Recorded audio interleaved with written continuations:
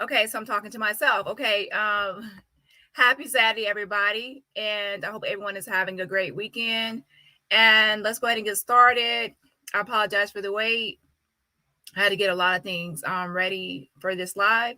Okay, so hey, Billy Mackey says hello, Dani and all. Justice for Shanquella. I knew it wouldn't be long before they start peeping at your page. Dani, you're awesome. To be honest, I already figured that most would watch my channel, but I never really had evidence until now. So pretty much, oh yeah, so let me correct that. Before I knew that they were watching because of a page being taken down off Twitter and a Facebook being privated, okay? But that's kind of not like 100% where it will be Daejhanae. Now this time I know it's Daejhanae because it has to be her, and I'll tell you why.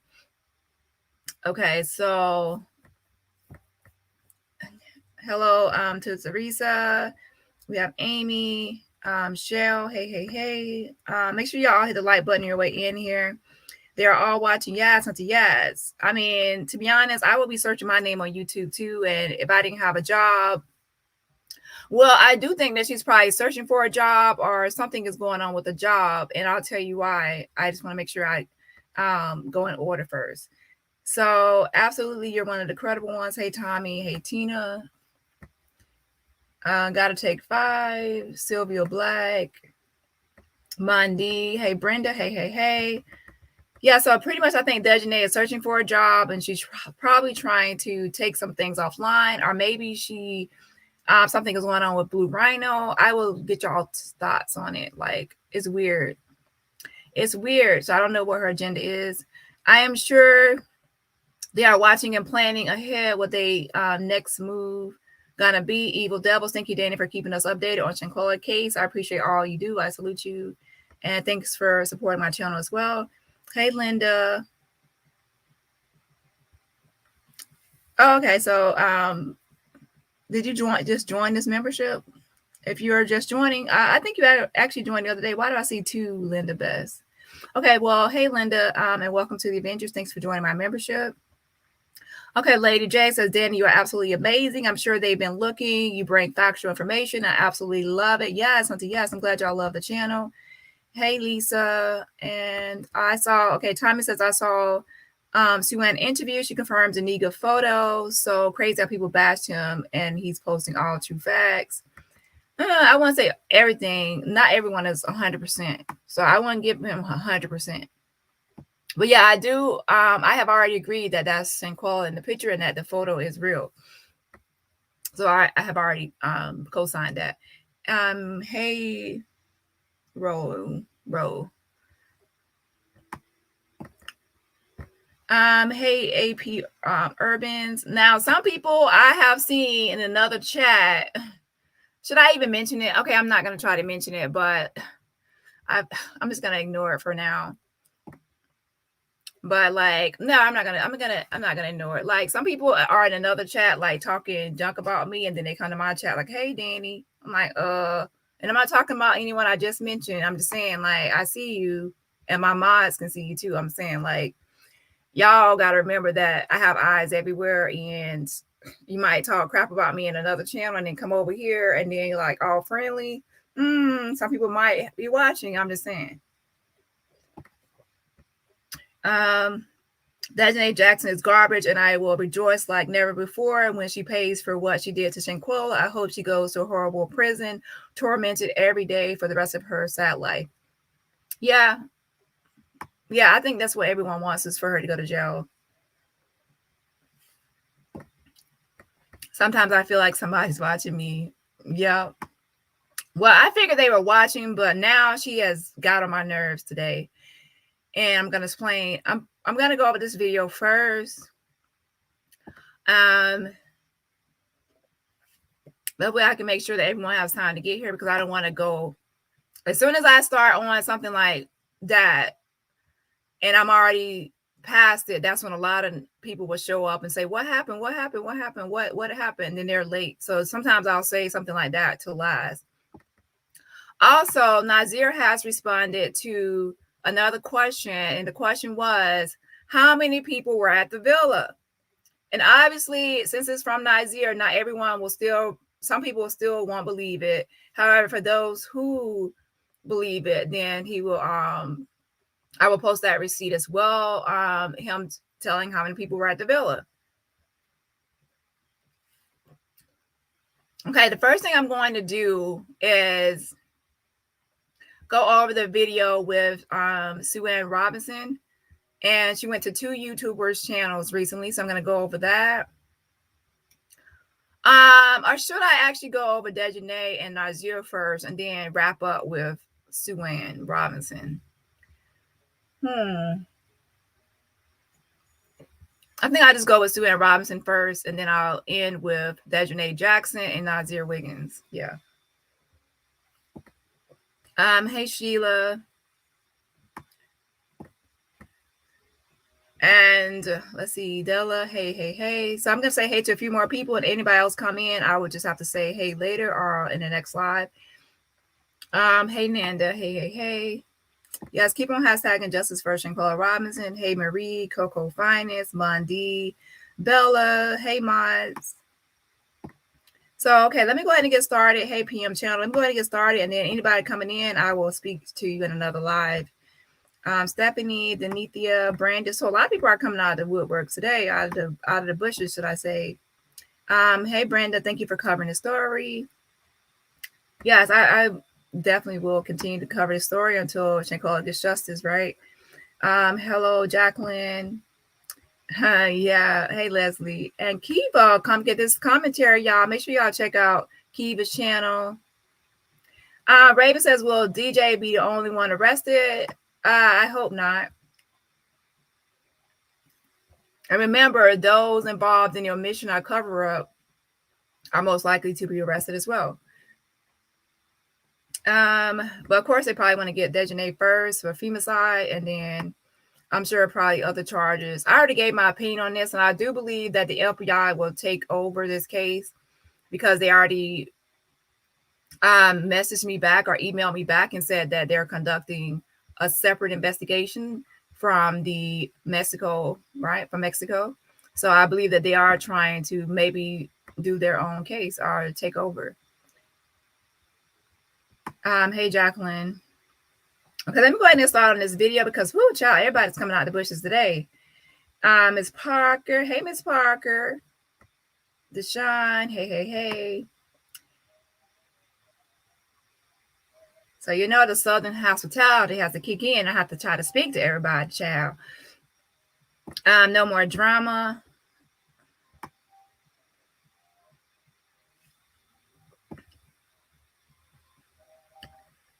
I can't wait. I'm going to say drink. Cynthia. Okay, I'll be here all day saying hey to everybody, y'all. I got it. Okay. Let me go ahead and get started. Sheila says he can answer basic questions. Yeah. I mean, let's see. Erica.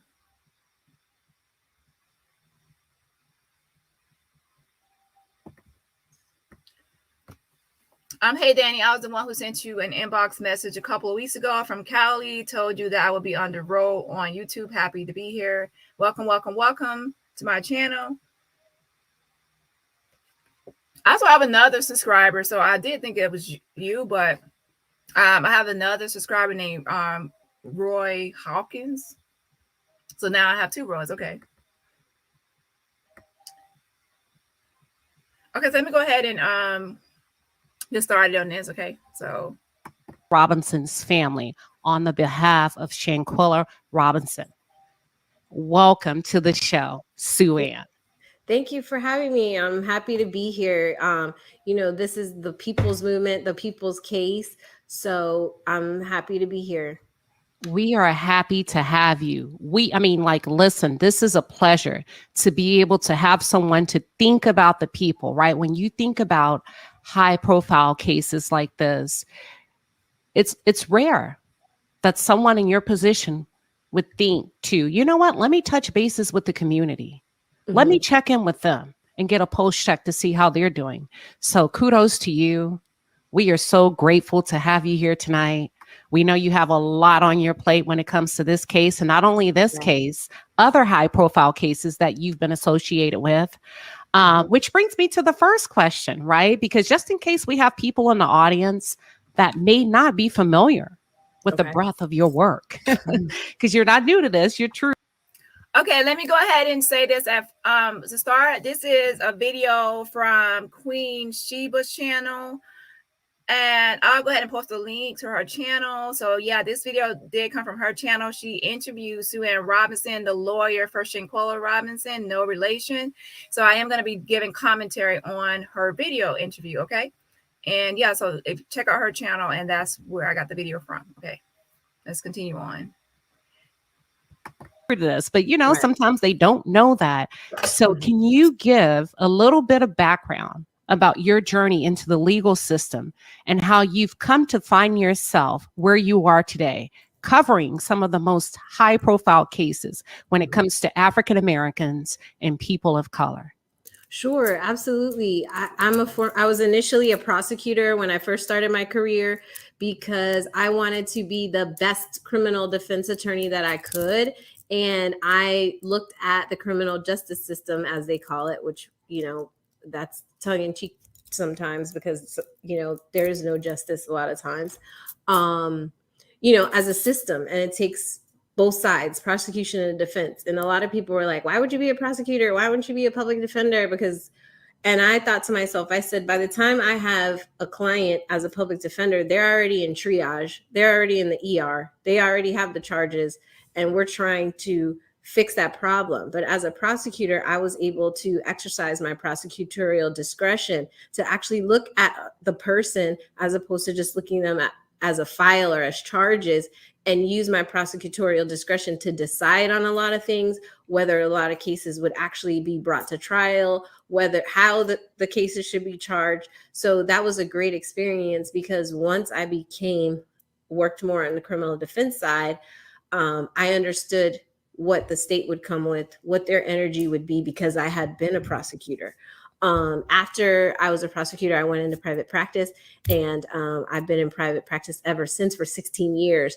And, you know, it's my honor to do this work. In terms of civil rights, Ben Crump asked me probably about 5 years ago now, the time goes so fast, to join him with his national practice. And I was like, no way. You know, I had 2 small young kids, and I was like, you know what, this is a lot. It wasn't, oh my gosh, it was longer than that. Because it was when Alton Sterling and Philando Castile were murdered.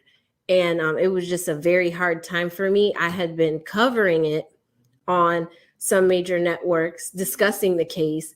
And, you know, by that point, he had asked me before. And, you know, I declined for those reasons that I stated previously. But that point, Philando Castile and Alton Sterling's case happening within 24 hours of each other just completely rocked my whole legal world. And I started to say, listen, my experience as a prosecutor, as a defense attorney, and even as a trial lawyer, together perfectly to assist with these types of cases, because a lot of the cases, as we've seen, they emanate from police excessive force cases. So basically, probably gonna skip ahead a little bit. This is just Sue Ann giving her like a brief biography, or introducing herself and how she met up with Ben Crump, and how she also has her own law firm as well. But that police contact and that criminal contact is always the initial piece that has to be broken down. And so when I originally started working with Ben, that would always be stops, if it was a traffic stop, or breaking down the initial interaction with police to kind of see where the issues were and the problems were there. And then, you know, I kind of just hit the ground running with all the cases. I've always been, you know, in media and covering those cases. And when I think about the reason that you're here today, speaking on the behalf, representing Shanquella Robinson, not one woman in that villa took a stand for her based on what we've read. We don't know that to be true, right? Right. It's all alleged. It's all alleged. So just from that perspective, I will say you are needed. And we appreciate you standing in the gap, which leads me to it's $1 million question. Sure. From your perspective, based on your experience, what is the holdup when it comes to justice? Everybody wants to know. Right. The holdup, in my opinion, is that the case was not being prioritized initially. I think that the administration, even though they had received, not the administration directly, but Interpol and the FBI had received the extradition packet from the Mexican authorities, from the Attorney General in Cabo, I just don't think it was prioritized. And, justice delayed, this is a case where justice delayed could be justice denied, because every single day that passes, memories are fading, evidence is dissipating. The witnesses that are involved that are in the United States could be collaborating. They could be doing anything. And so that's what the urgency is in this case, in terms of time. The law enforcement agencies, they're experienced in investigating cases. So they know, and we know as the public, from the first 48.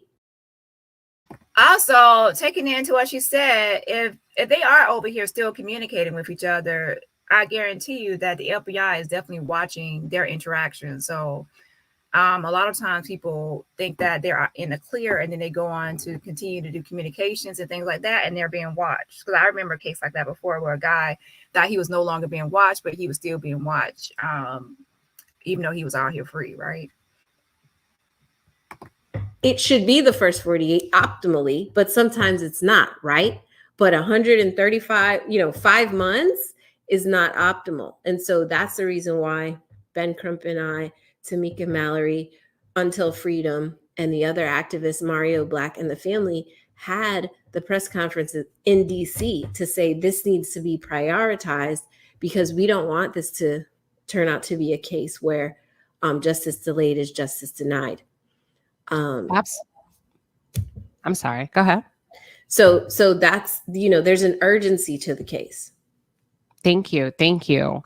So as we're thinking about the case, there are a lot of questions. Like, I had this interview, they were like, the audience, YouTube, they were anticipating this interview, and I had the most questions come through prior to you showing up today.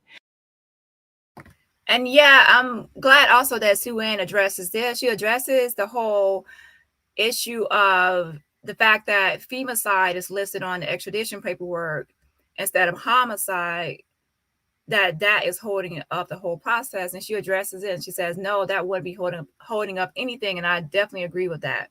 That definitely isn't something that will be holding up anything. So she goes over a lot of things that we've pretty much been discussing. So let's go ahead and continue on. And there was one really profound question that stood out. And it talked about due process. And what the viewer wanted to know was, when it comes to due process, what's the due process when it comes to this case from your perspective? And also, where are we in the process, right? Based on the spectrum. Okay. Okay. So you mean the due process of the prospective suspects, or you mean for the family? Probably for suspects. Okay.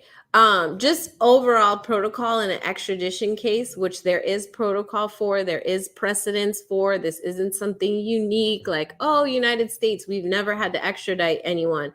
Oh, Mexico, we've never had to extradite anyone. The traditional extradition that we're familiar with would be if someone committed a crime in Mexico, a Mexican national, and came across the border to the United States. And then you'll see FBI return that person, a Mexican national, to Mexico for them to be prosecuted.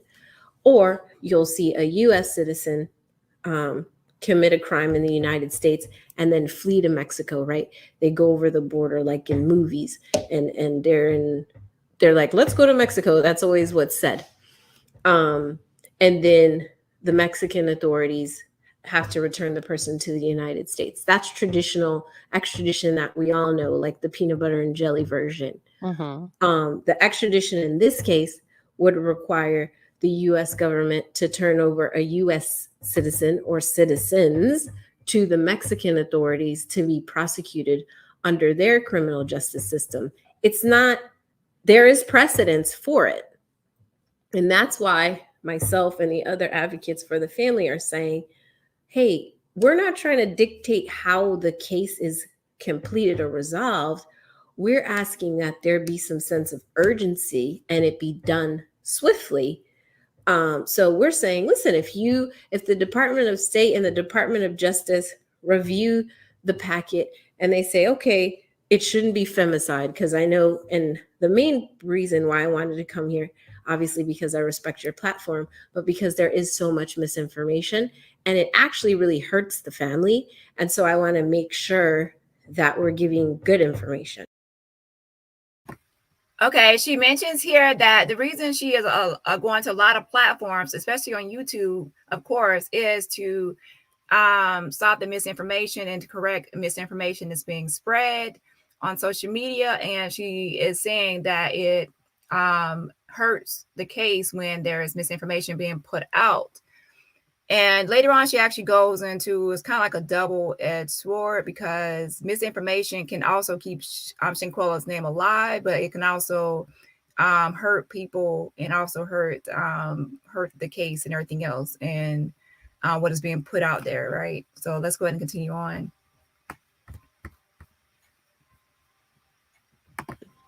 There's a theory that because it says femicide on the indictment from the Mexican authorities, that is the holdup, and that's preventing the United States from processing it. If the case is prioritized, just like me and you can sit here and say, oh, femicide isn't a United States statute, they should change the statute so that the extradition packet can be accepted. The actual authorities and agencies involved can have that exact conversation in that exact amount of time. Changing an indictment doesn't take as long as changing a tire. Wow. Okay, so they can have a discussion and make the decision on what needs to be done in order for the extradition packet to comply with protocol. But the case has to be prioritized. How do you get your case prioritized, Sue-Ann? There has to be a high level of diplomatic intervention. And remember that information about the whole femicide debate that actually started from a guest panelist on Nancy Grace. That's where that information came from. But to actually say this is actually to say that he started off his statement with, this is speculation. So when someone says, in my opinion, and this is speculation, that means they are just giving just that, an opinion, or speculating. And yeah, so they're not actually working on the case, so they don't really know what the holdup is. But in their opinion or their speculation, this is what they think.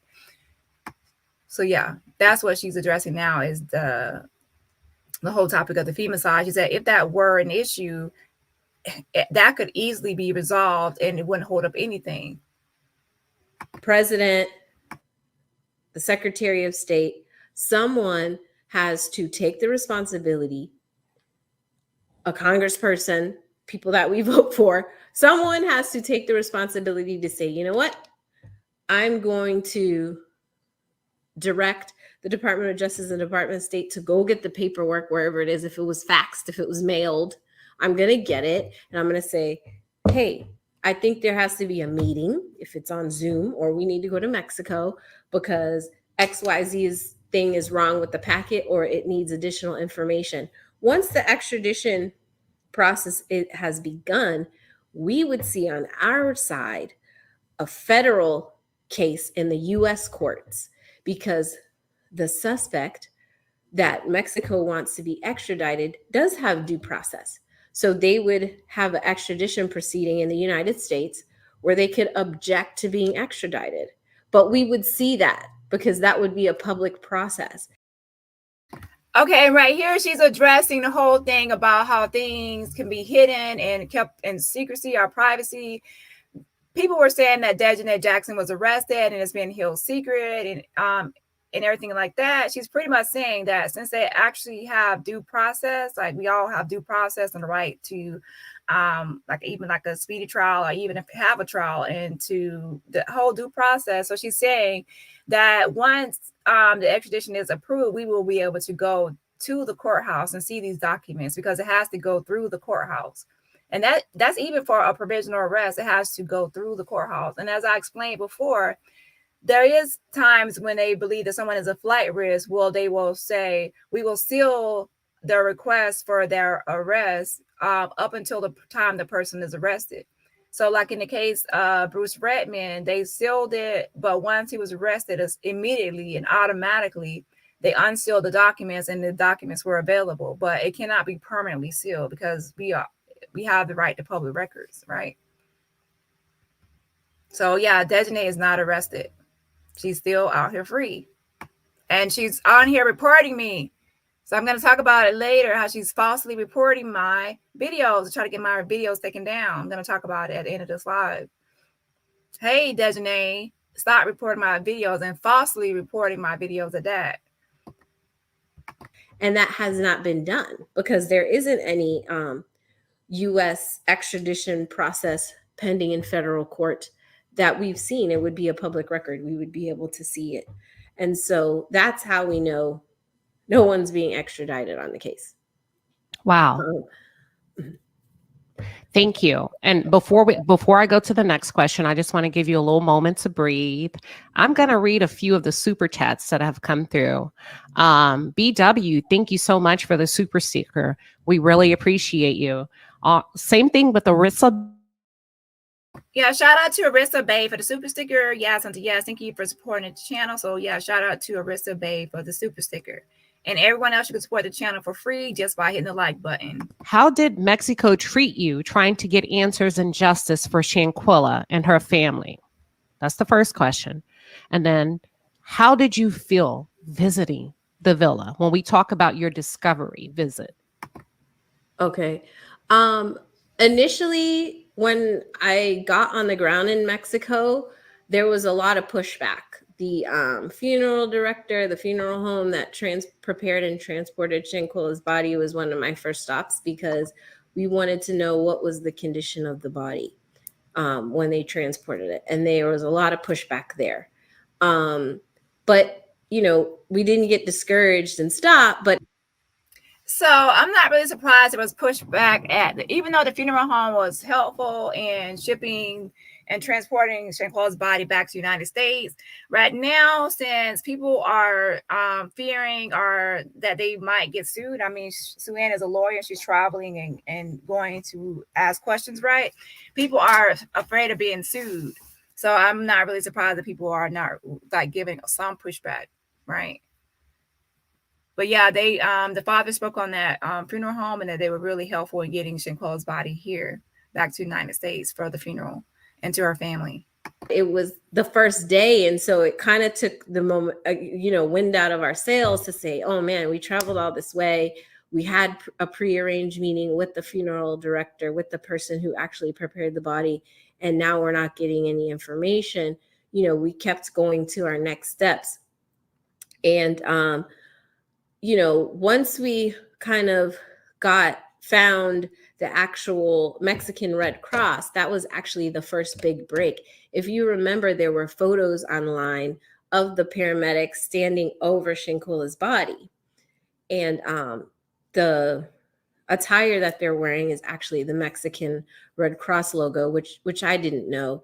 We happened to be driving in Cabo, and I saw the logo on the building, and I said, wow, I recognize that logo.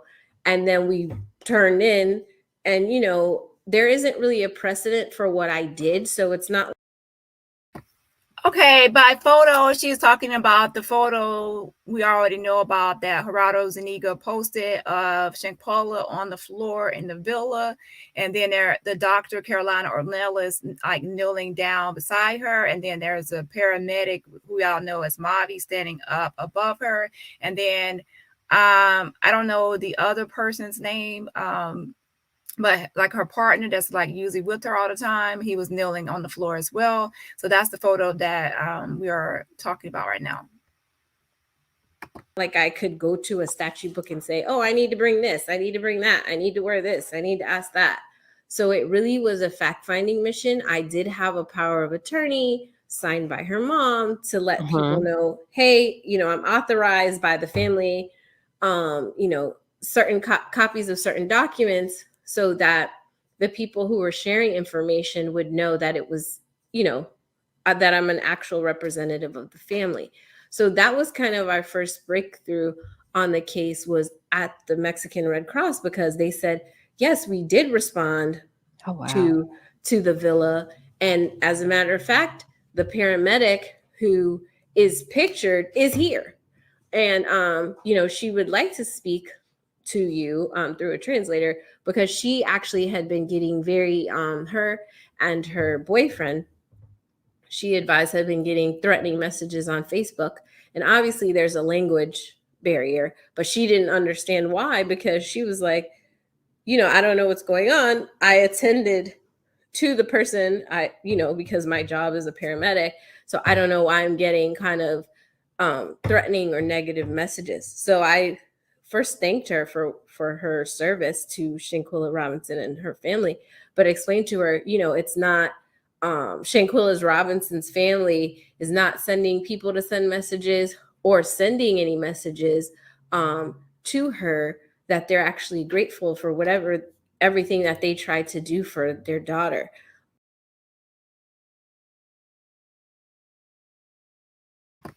Now I do remember like some complaints about the doctor, like some family complained about the doctor and like why wasn't she doing her job, or other complaints about the doctor. However, I didn't really hear any complaints about the paramedic.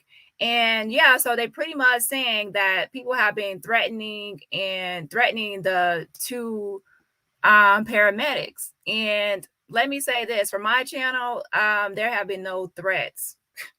And definitely for the paramedic, she was not on my list of people to be fired. Now, there are some people out there that wanted the paramedic Mavi to be fired, but I already had stated that since she came there and the doctor was already there, usually when that happens, that means that the doctor is the primary person that's in charge of care, and that the paramedics are just there to assist. So Mavi was not someone that was set out to lose her job. And also for Mavi, I reached out to her to confirm this picture posted by Gerardo Zuniga. So that's the only reason I reached out to her. Okay.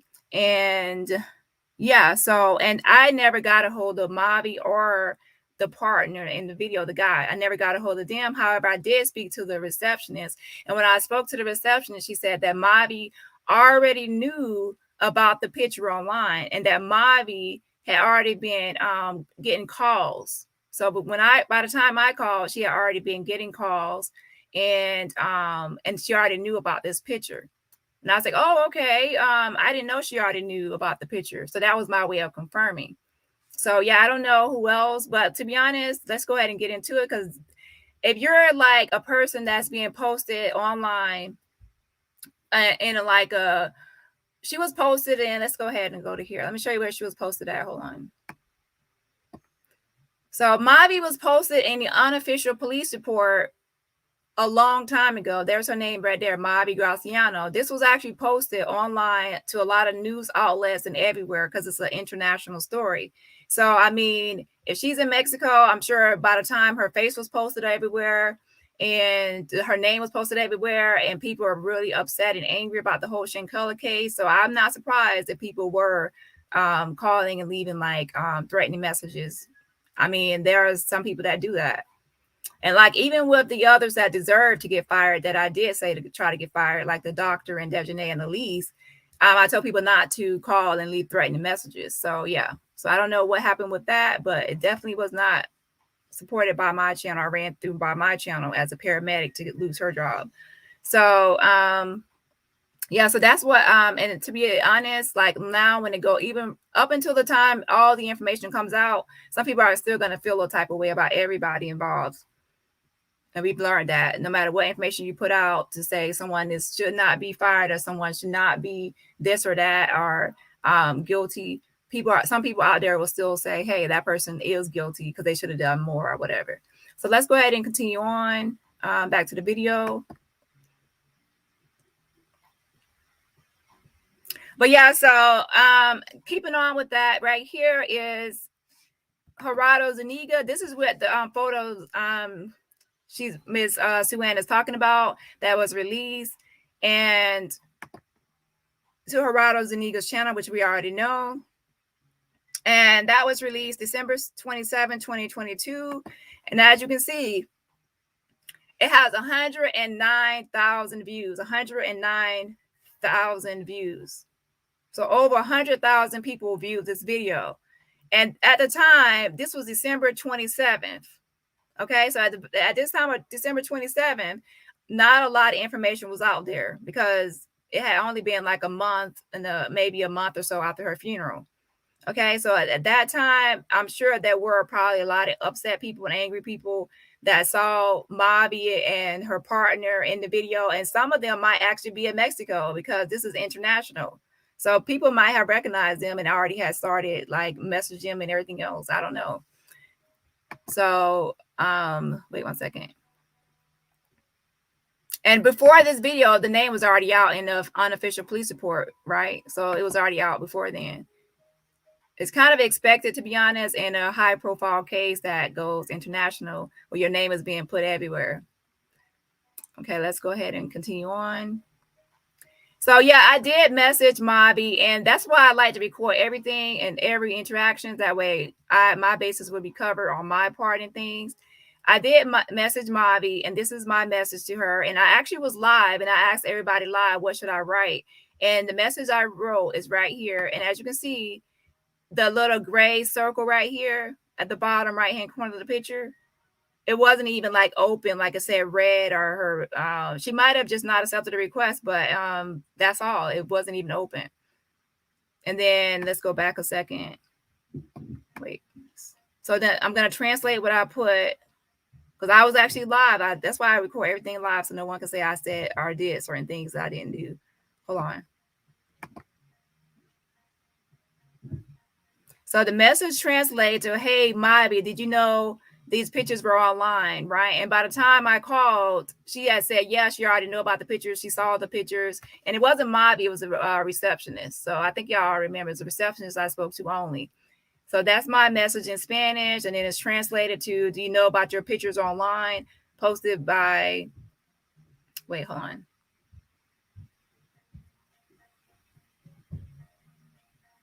Hey, Mobby, do you know that your photo is being posted online?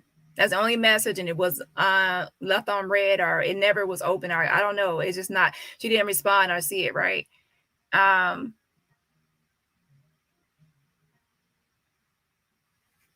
So then, of course, it was on, I'm basically showing it was everywhere, so no telling, like, who actually threatened them or actually found the partner. I never even found the guy kneeling down. I never even found his information or anything. So yeah. Wait 1 second.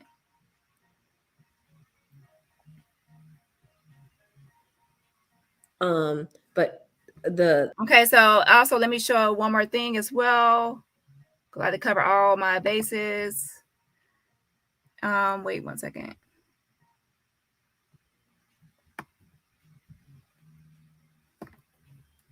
So yeah, then I pretty much stated in the video that because some people were wanting everybody involved to be fired. And I said I gave my reason for why I don't think the paramedics should be. So let me play that. Wait 1 second.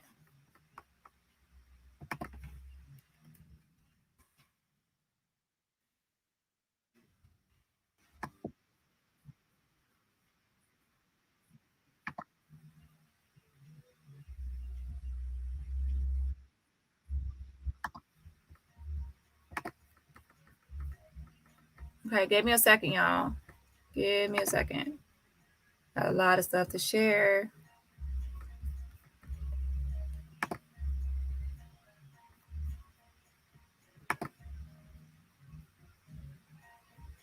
Yes, Hunter, yes. I'm nosy and messy. I gotta get the answer. Mavi is still working. Yes, she's still working there.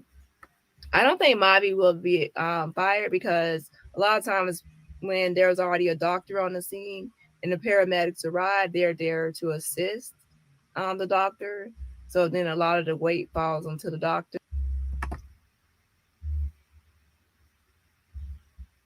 Dani is good at what she do. Yeah. So basically, I'm just playing a video from a past video that I talked about the paramedic. And let's go. Let me play it again.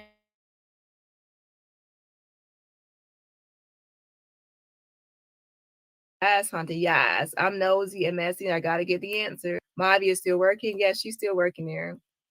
I don't think Mavi will be fired because a lot of times when there's already a doctor on the scene and the paramedics arrive, they're there to assist the doctor. So then a lot of the weight falls onto the doctor. So yeah, and then on top of that, now let's go ahead into the next part. And the next part is this, that when I saw the photo of Shanquella on the floor, I said that to me, when the paramedics arrived or when the paramedics are standing above her, that Shanquella is already gone. I said she's already gone. So at that point, I already knew ahead of time that they really didn't have anything to do with this whole thing because I said Shanquella is already gone. So let's go ahead and play that too as well. And Sue-Ann goes over this as well. So let's go ahead and continue on. So I'm glad she did this because it's actually going to answer a lot of questions and it's actually coinciding with a lot of things I believed and I already put out, information I put out. So let's go. End of our interaction was that when the Mexican Red Cross arrived, Shanquella had no vitals. So there's a form where they have to fill out. Thank you so much for that.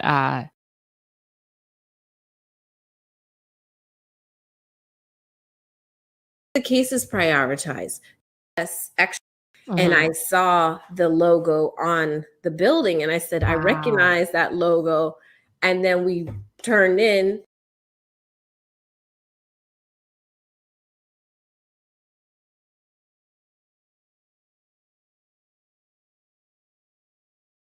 I had no vitals. So there's a form where they have to fill out and it says Shanquella had no vitals, which is why they did not transport her. And they did do life-saving resuscitation methods on her, which contributed to some petechia on her body. Okay, so pretty much it says when the paramedics arrived, she had no vitals already, so she was already deceased. And at that, they did try to do some life-saving measures on her to resuscitate her, right? And yeah, so this is an interview from yesterday. This is an interview from yesterday, okay? And after I play this interview, I'm gonna go back in time to my video and my analysis of this. Nah, my analysis came way before this the truth came out. So I'm gonna go over that. Wait. So listen to what Sue-Ann says, and I'm gonna play what I said in the past. Because it's the electrodes that are placed on her chest, but she didn't have vitals. But they still, attempted all of the procedures that they normally do when they appear on scene. So even though she didn't have vitals, they still attempted to do things to resuscitate her, to bring her back. Okay, so now I'm going to go to my previous videos talking about this whole thing about Shanquella's body and my observations and analysis of the photo. Okay.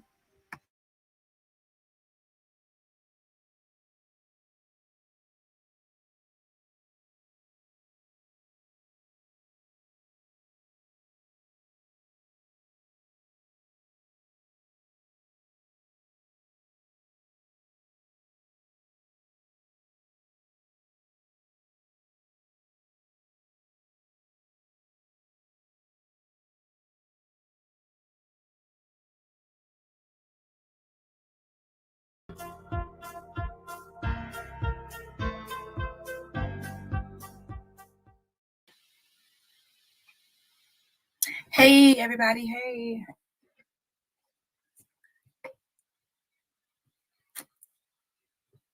Happy. So let's see. Yeah, that that is a picture to me of someone that is already gone, because she's not that size, like her stomach and everything else. This is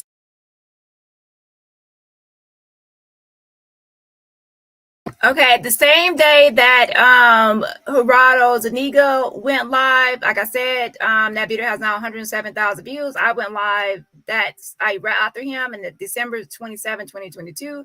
And as you just heard, I said to me immediately, I said that looks like somebody that's already gone. Okay, so that was my first thing. Now at first I thought that I wasn't 100% convinced that it was Shanquella's body, but based on the expressions of everybody around her, that did give me a impression of someone already gone. Okay. But then I later verified and said, once I confirmed through like the receptionist at the paramedics office, and I confirmed through Nazeer that it was Shanquella, that's when I said that it was Shanquella too. So hold on. Yeah, that is a picture to me of someone that is already gone, because she's not that size, like her stomach and everything else. This is someone that's, to me, that's already gone, and they're packing up to leave. But yeah, I'm just not really gonna go.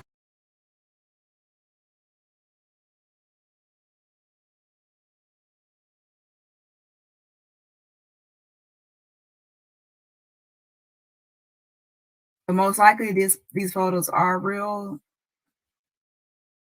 Unless someone got some really good Photoshop skills, these are real pictures. But she's not that size. So to me, this is optic. She's already gone, and her body has already started to bloat and extend. So she's already gone. That they're not working on her. They're not doing anything to her. To me, they've already tried to do things and it didn't work. Nothing worked. So his position, like if you look at body language, the one in the middle, the paramedic in the middle, kneeling down, he's looking like there's like nothing. It's like, what happened here? Like, to me, he's not like, what should we do next, or what should we do? Because in an emergency, you'll already be doing something to rescue somebody. You don't have time to pause and just glance and look defeated. The doctor looks defeated. Her hands are like down, like to her side. She looks defeated. Like there's nothing left.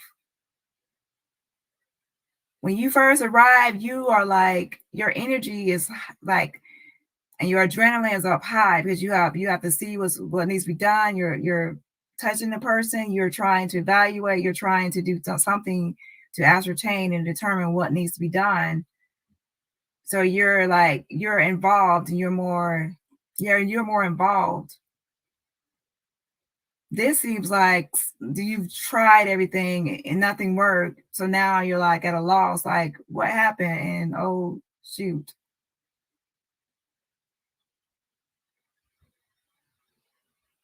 Yeah, this is what this looks like to me. And her body has already extended. So to me, she was already gone in this photo.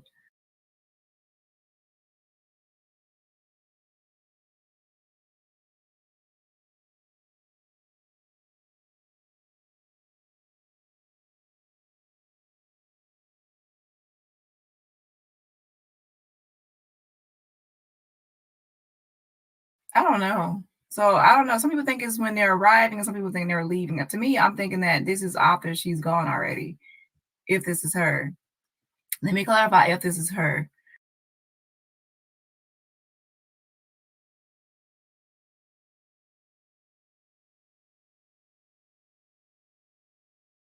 That someone said it. I don't know who said it. I can't remember. They said her shirt is lifted up, like they already tried to do certain things with her. But to me, this is when they look defeated. Like there's nothing that can be done. Like especially the middle person, the middle paramedic, that pose he has, it looks like when someone is already gone and it's like there's nothing else.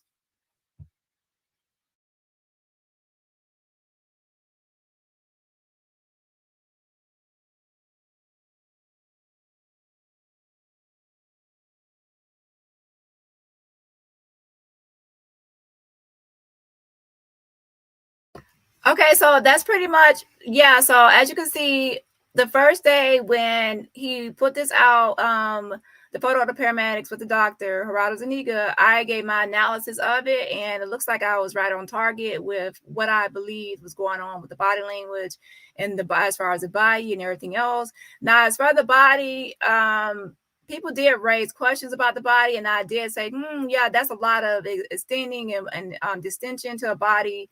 So suddenly, so I definitely wanted to confirm the body, and that's when I did confirm it. And I did reach out to the receptionist at the paramedics office, and she did say, well, Mavi had already been getting phone calls, and Mavi already knows about the pictures online, and that's when I confirmed it through that. That's how I confirmed it.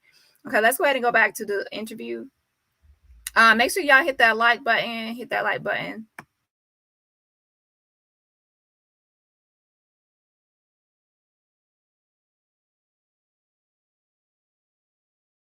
Oh, we don't know who that is. That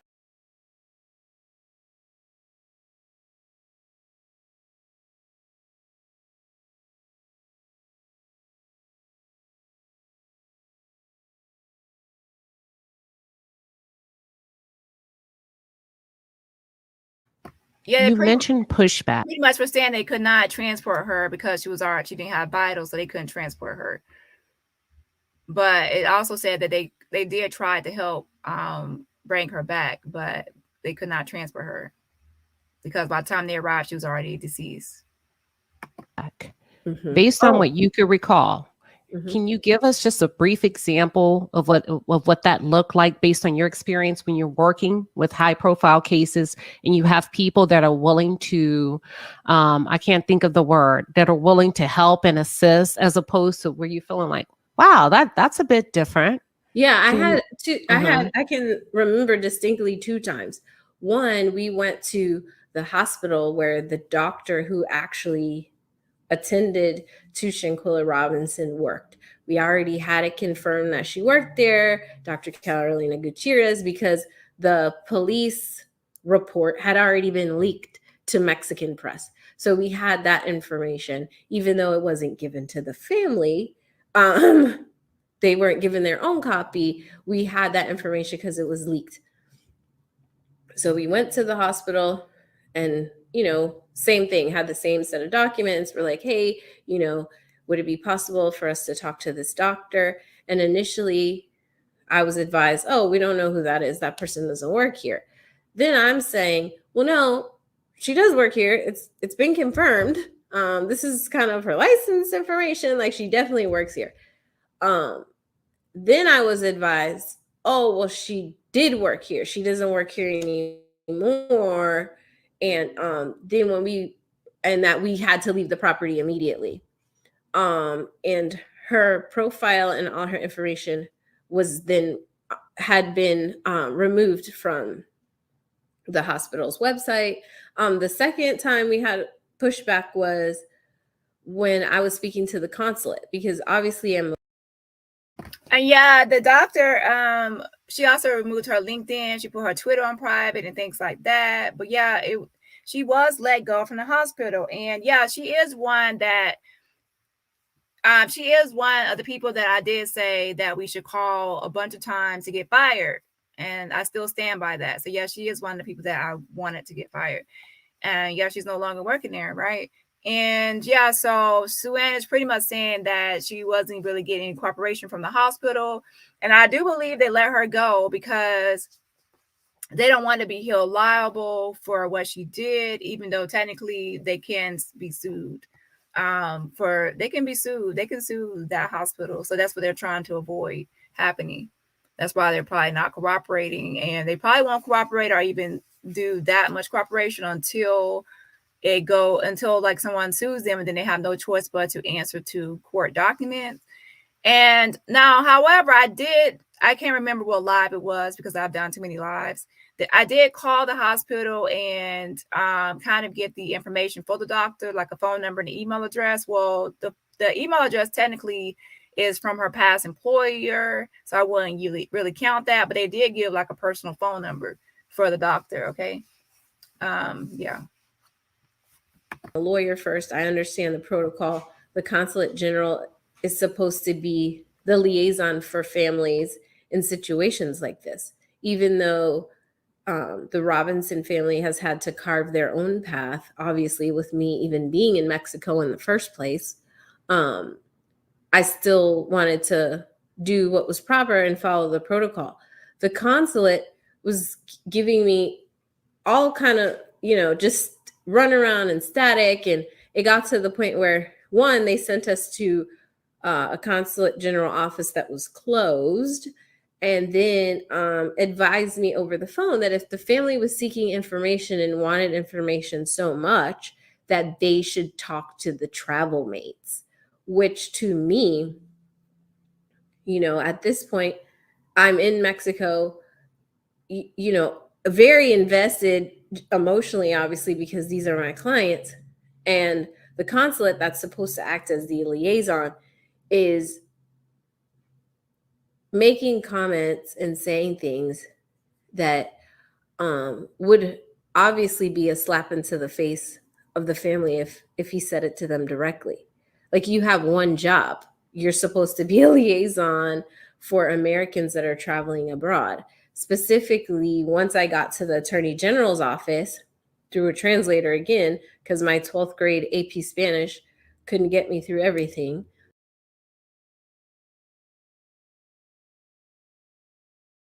So basically, she's saying that the consulate told her pretty much it was supposed to be like liaison between remember, I think Dani De La Rosa actually spoke on like the family was assigned a liaison, right? And pretty much she went and saying that the liaison was pretty much stating that she should talk to the Cabo 6 if she has any questions instead of coming to them. And she's like, you're supposed to be actually helping me, right? And she pretty much said she brought a translator because the little Spanish that she knew from high school was not like suitable or enough for her to be able to communicate. So that's great that she brought a team of people with her, which includes a translator, right?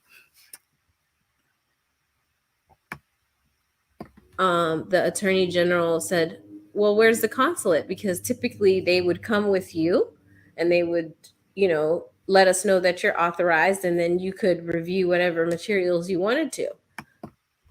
So, yeah, so she went to the Attorney General, and again, she's not really saying which one, but the one that has been over this case for the longest is Dani De La Rosa Naya. So, but she's not being specific, so I'm not going to say that's who she's referring to.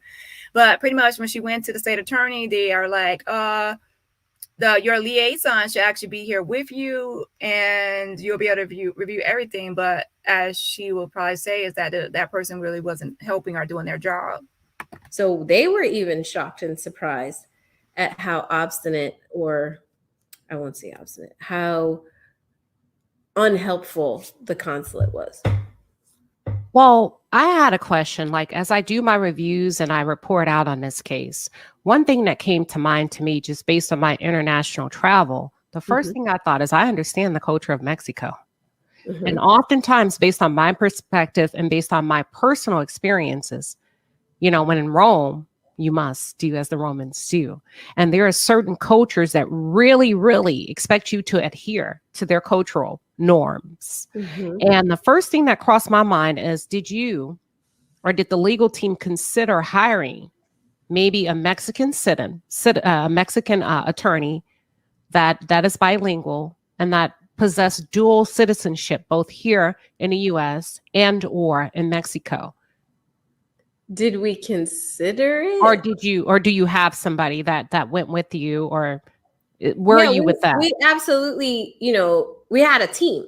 So we had, we had an investigator, we had, security, armed security, a lot of times with most things, the actual discussions, because I have the power of attorney for the family, the discussion would be directly to me and with through the translator. But we definitely didn't, just roll up in Mexico like, oh, hey, what's up? Definitely I had already placed phone calls, made appointments, spoken to people again through a translator.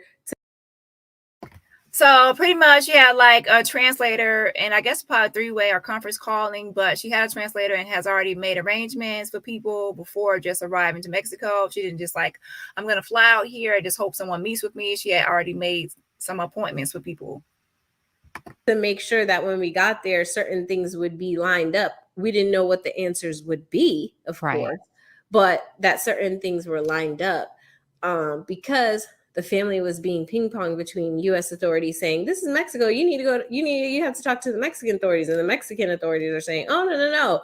You need to go to the FBI. We've already given everything to the FBI." So that's when Salamandra, as a mom, took the initiative to say, "You know what, Suan? I know, it might not be something traditional, but can you go and see like what's actually happening, what's going on?"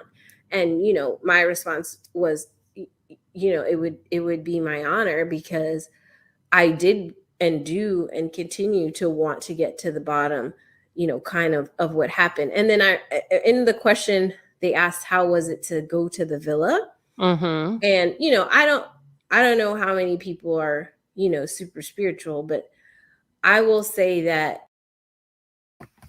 So yeah, I guess the family wanted her to go over to Mexico, and she said she was honored to get to the bottom of it. And yeah, I'm glad she did, because her trip brought back a lot of information. She got that full packet and other information. That's how we at least know some more information than we already have, right?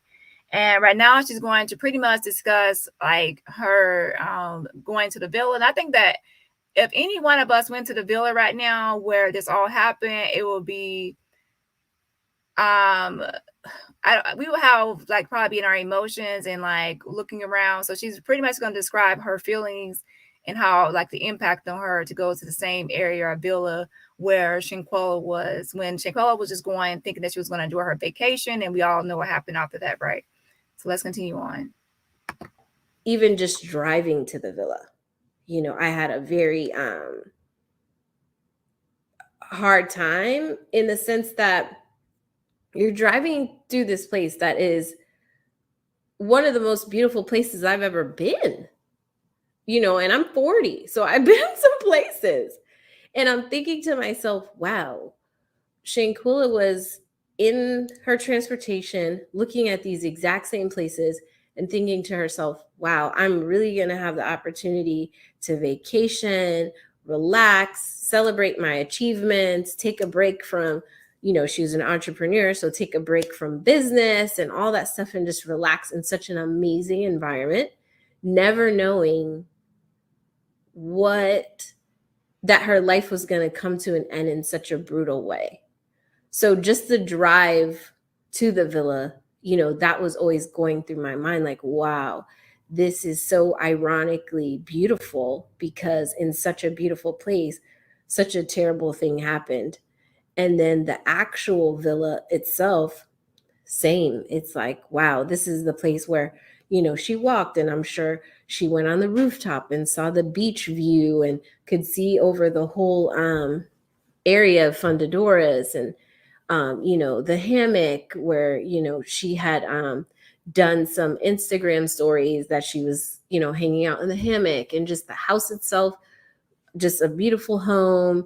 I can just feel like, I know she was probably thinking, this is going to be the vacation of a lifetime, incredible memories that she would make. And it was to be honest, it was very hard to be in the place, but I know what my job is, obviously. And shout out to L Brown for the super sticker. Yes, Auntie Yes. Thank you so much for supporting my channel with the $9.99 super sticker. And everybody else, you can support the channel for free just by hitting the like button. Now, there are 2 interviews. After the first interview, I'm going to post Nazeer response, the newest Nazeer response, and then I'm going to play the second interview, and then which is short, I think like 10 minutes, and then I'm going to wrap up with Daejhanae. So Luanda says she's well educated about law, so she just needed someone to translate. Yeah, she is definitely well educated. I'm glad she's on the case. And she pretty much just said that, yeah, obviously, no matter how educated you are, if you don't speak the language, you just don't speak the language. So you definitely will need a translator. And she just said it herself as a joke that high school Spanish didn't really last. I mean, like I took it in college and I still don't know that much past basic, right? So that's actually expected. If you don't use it, then you'll probably lose it. That's the old saying, right? But I'm still a person, and a mom too. So, and a Black woman who travels and is adventurous. So there were a lot of moments where I did have to kind of take breaks from looking through things and doing photos and taking notes to just kind of just commune with myself on where I was, and remembering her spirit, would be present in that place. I can only imagine. I can only imagine being in such a beautiful place for a horrible agenda. You know what I mean? It's still justice, but just considering the circumstances. And I'm just going to give you a few seconds just to take a break because that was a lot. And we want to make sure that we're taking care of you while you're interviewing. And I'll just read out. Thank you so much, Rabogi for the 1999 super chat. We appreciate you. Thank you. I want to gear it up a little bit if you're okay with it, but I want to keep it here. I have one final question about the doctor. Okay. Were you able to see the doctor's notes? And if so, what did the doctor's notes entail? And did it contain the same information that was released to the general public? Which doctor? The autopsy or the doctor who was attending? Oh, well, both, I guess. Whichever one you want to cover. Probably the most controversial one, which would be the female, right? Okay. Yeah. Her kind of report is that when she arrived, Shanquella was not verbally responsive, that she was making noises, but she absolutely had a pulse. Okay, so let's listen to this. Okay, it says that the doctor said she was making noises. Okay, and when she had a pulse. Okay, so I'm gonna also do another flashback. When I say flashback, I'm gonna play my video from previous video that I've spoken on. The same thing based on just my observations on reading documents and reports. And everyone already knows I have already been pretty much pushing out this Atlas luxation and the symptoms of it. Okay. And so, yeah, so let's go. And that she was being directed to give her an IV because she had overindulged.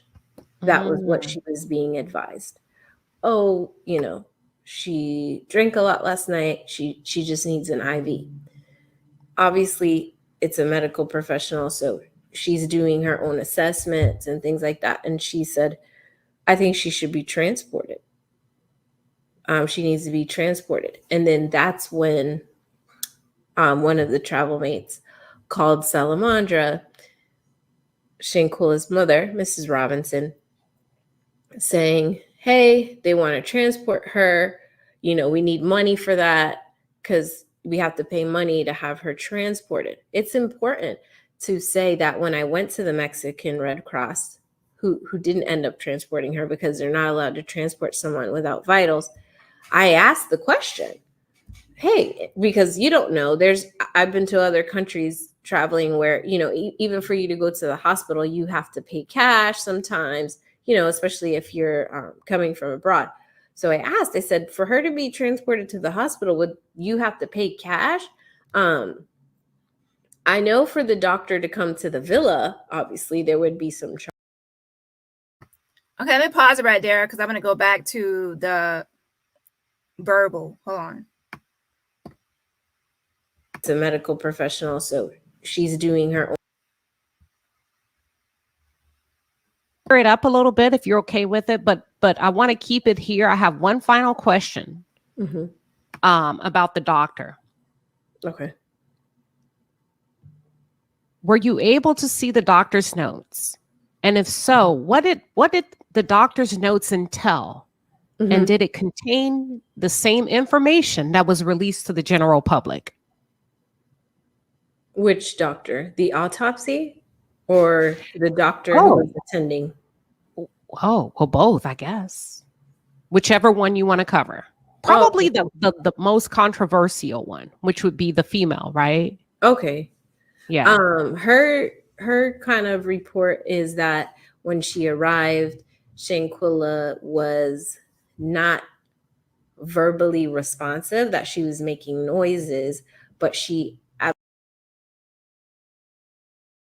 Okay, so basically, as in the unofficial police report statement, it said that she had like poor verbal communication. And then also let's go back because Nazeer also stated that she was trying to talk, but she couldn't get words out. Now, before I even knew like what the doctor's statement was this interview just came out.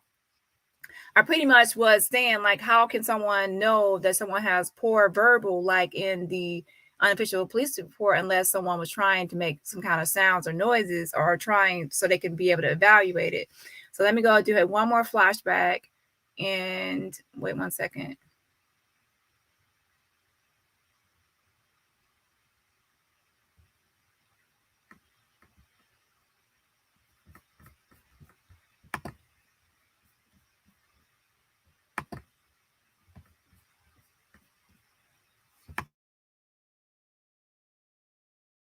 So when I heard that atlas luxation and what the symptoms of it, that's when I knew immediately that she was unresponsive and going through the symptoms of severe atlas luxation.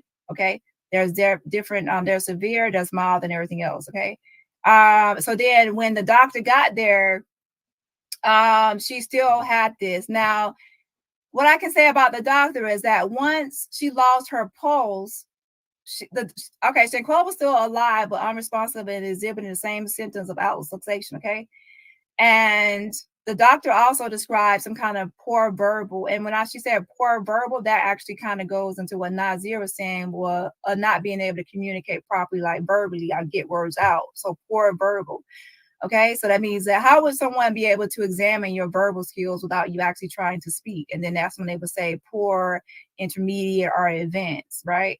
So poor verbal actually said something in there. And then, okay, so once she lost her pulse now, that's when the doctor then proceeded to do all these CPRs and different things, the defibrillator or whatever, to try to. So pretty much, it kind of went in a line with what I said, that the doctor heard her making some kind of sounds, and that's why she put in the unofficial police report poor verbal. So I was right on the mark with that. How could she actually evaluate her verbal without actually having some kind of noises being heard from her in order to say, hey, it's poor or intermediate or advanced. So you can't evaluate verbal unless someone is trying to be verbal or trying to communicate. So in that sense, again, all of this is still aligning with her atlas luxation, which is on her diagnosed cause of death on the death certificate, right? And I mean, it's not really far-fetched that someone will be having the symptoms of something that they actually died from. That goes hand in hand. So yeah, everything is pretty much falling in line with what I expected to be said or heard so far. So let's continue on with the interview. Had a pulse. And that she was being directed to give her an IV because she had overindulged. That was what she was being advised. Oh, she drank a lot last night. She just needs an IV. Obviously, it's a medical professional, so she's doing her own assessments and things like that. And she said, I think she should be transported. She needs to be transported. And then that's when one of the travel mates. You're saying could it be the death gargle? I doubt it. The reason I say that is because now I've taken into account two people. Nazeer said that she was looking around and she was trying to get words out. And then the doctor said she was making sounds and then she has poor verbal. Poor verbal means your mouth, like your mouth is making sounds. Nobody's gonna say poor verbal if your body is making noise. Verbal means your mouth. Verbal is your mouth has to be doing something. Your body is not going to be doing that. Now, if you're saying like through the throat or something like that, I doubt it.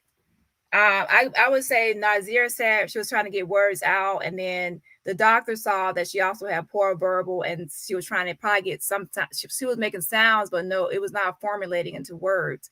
And then we also take into account the autopsy. The autopsy says atlas luxation, and atlas luxation, someone cannot speak properly. A lot of times when you have severe atlas luxation, you cannot speak at all. So even if she was still able to get some sounds out, that's actually great, because that means that it had not completely taken her voice. Okay.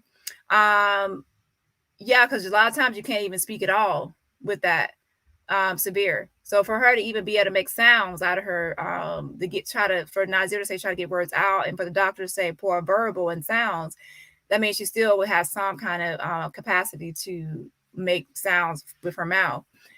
So she was trying to speak to Nazeer. She was trying, to me, I believe that Shanquella was fighting to stay alive. She was fighting to stay alive. She wanted to tell her story. She wanted to tell what happened to her. A lot of times in these kind of some things like this, the victim stays alive. They try to fight as long as possible to hang on and hang on and hang on. So they'll be able to tell people their story or tell what happened to them. Think about it. So I really believe that she hung on for as long as possible to try to tell what happened. She tried to talk to Nazeer and get words out. She tried to make sounds to the doctor to get words out. And then inevitably, she succumbed to her injury. She could not fight anymore. Okay. So that's what I truly believe, that she was trying to communicate. She was trying her best to communicate. And probably by the time Nazeer got there, she could probably even make more sounds, like better. But then by the time the doctor kept like evaluating her and doing things, it just, because she continued to deteriorate. So that's what I'm getting, that she was hanging on.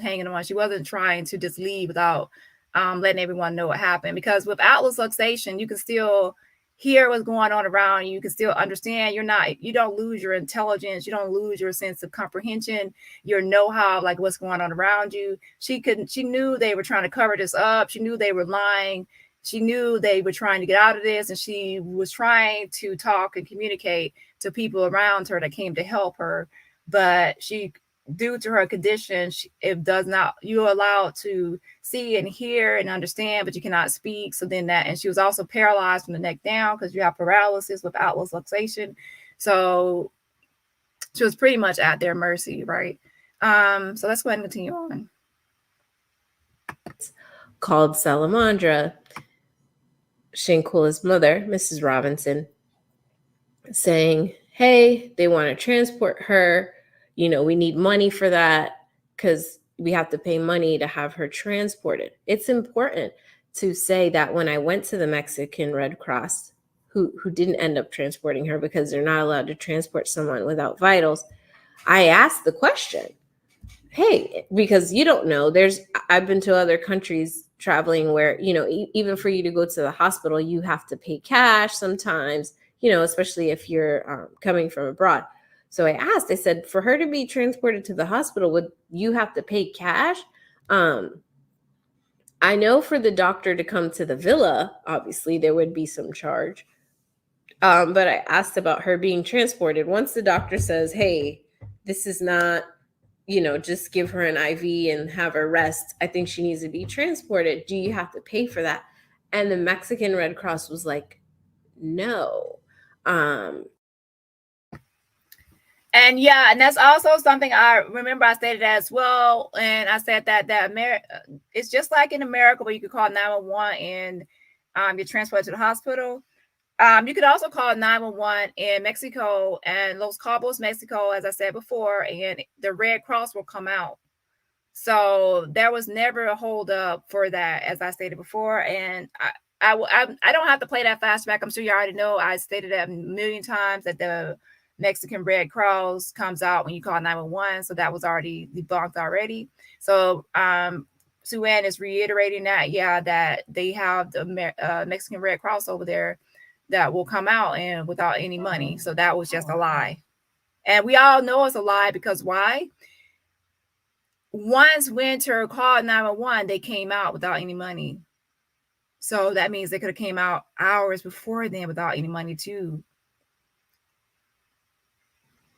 Just What? like here, there's private hospitals and private ambulance transportation, which you can get. But the Mexican Red Cross, similar to our Red Cross, is a charity. So they don't charge for that.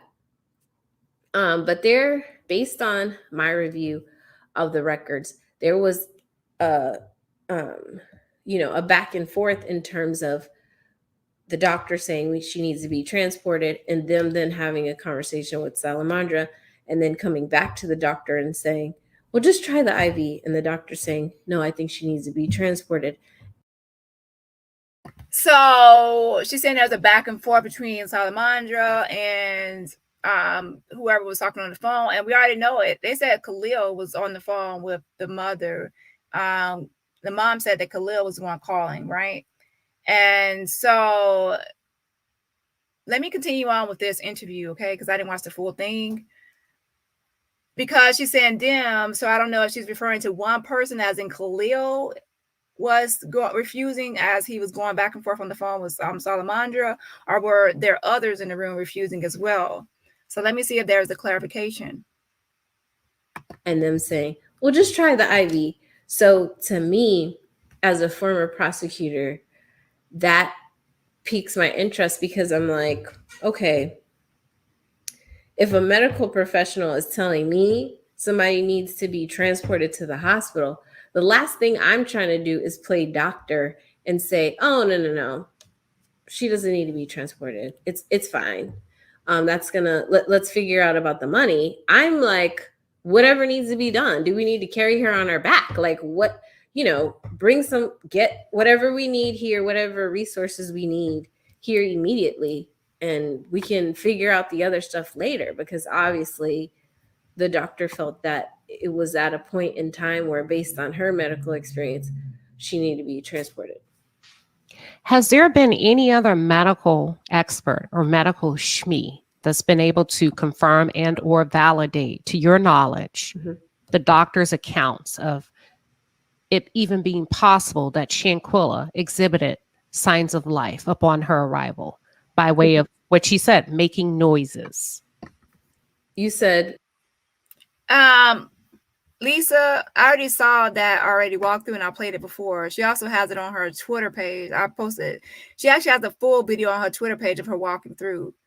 So if anyone, I can play it. If y'all have not seen Sue Ann Robinson walking through the villa and going through things in Cabo, press 1. I can play it. She has the full one on her Twitter. Okay, press 1 if you want to see the full video, and I'll actually insert it into the slide.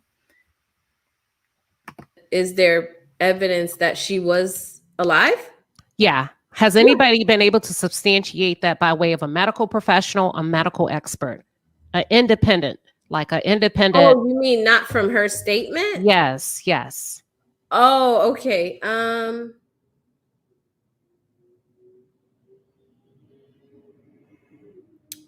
And not witnesses. That's correct.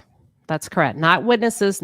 Any outside medical. Go ahead. Would be, and I get what you're saying, because that the $1 million question actually for me was, why does the death certificate say that she passed away within 15 minutes of the injury, but then the doctor was treating her for an hour and 45 minutes? So there is a discrepancy there for sure. Thank you. So yeah, Sue Ann is saying, yeah, there is a discrepancy, which is a debate on here. Still ongoing debate on that as well. However, one thing that she did confirm was that through the doctor and everything else, she was pretty much saying that the doctor was saying that she had a pulse when she arrived, right? And that the paramedics said by the time they got there, though, there was no vitals. Okay.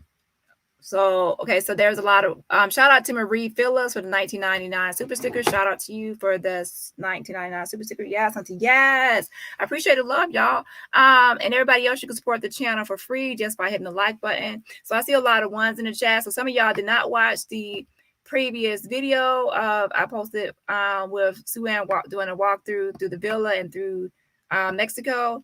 So I see a lot of ones. I'm going to go ahead and post that. And then I get back to this clip. Okay. So yeah, okay, I'm going to go ahead and play it.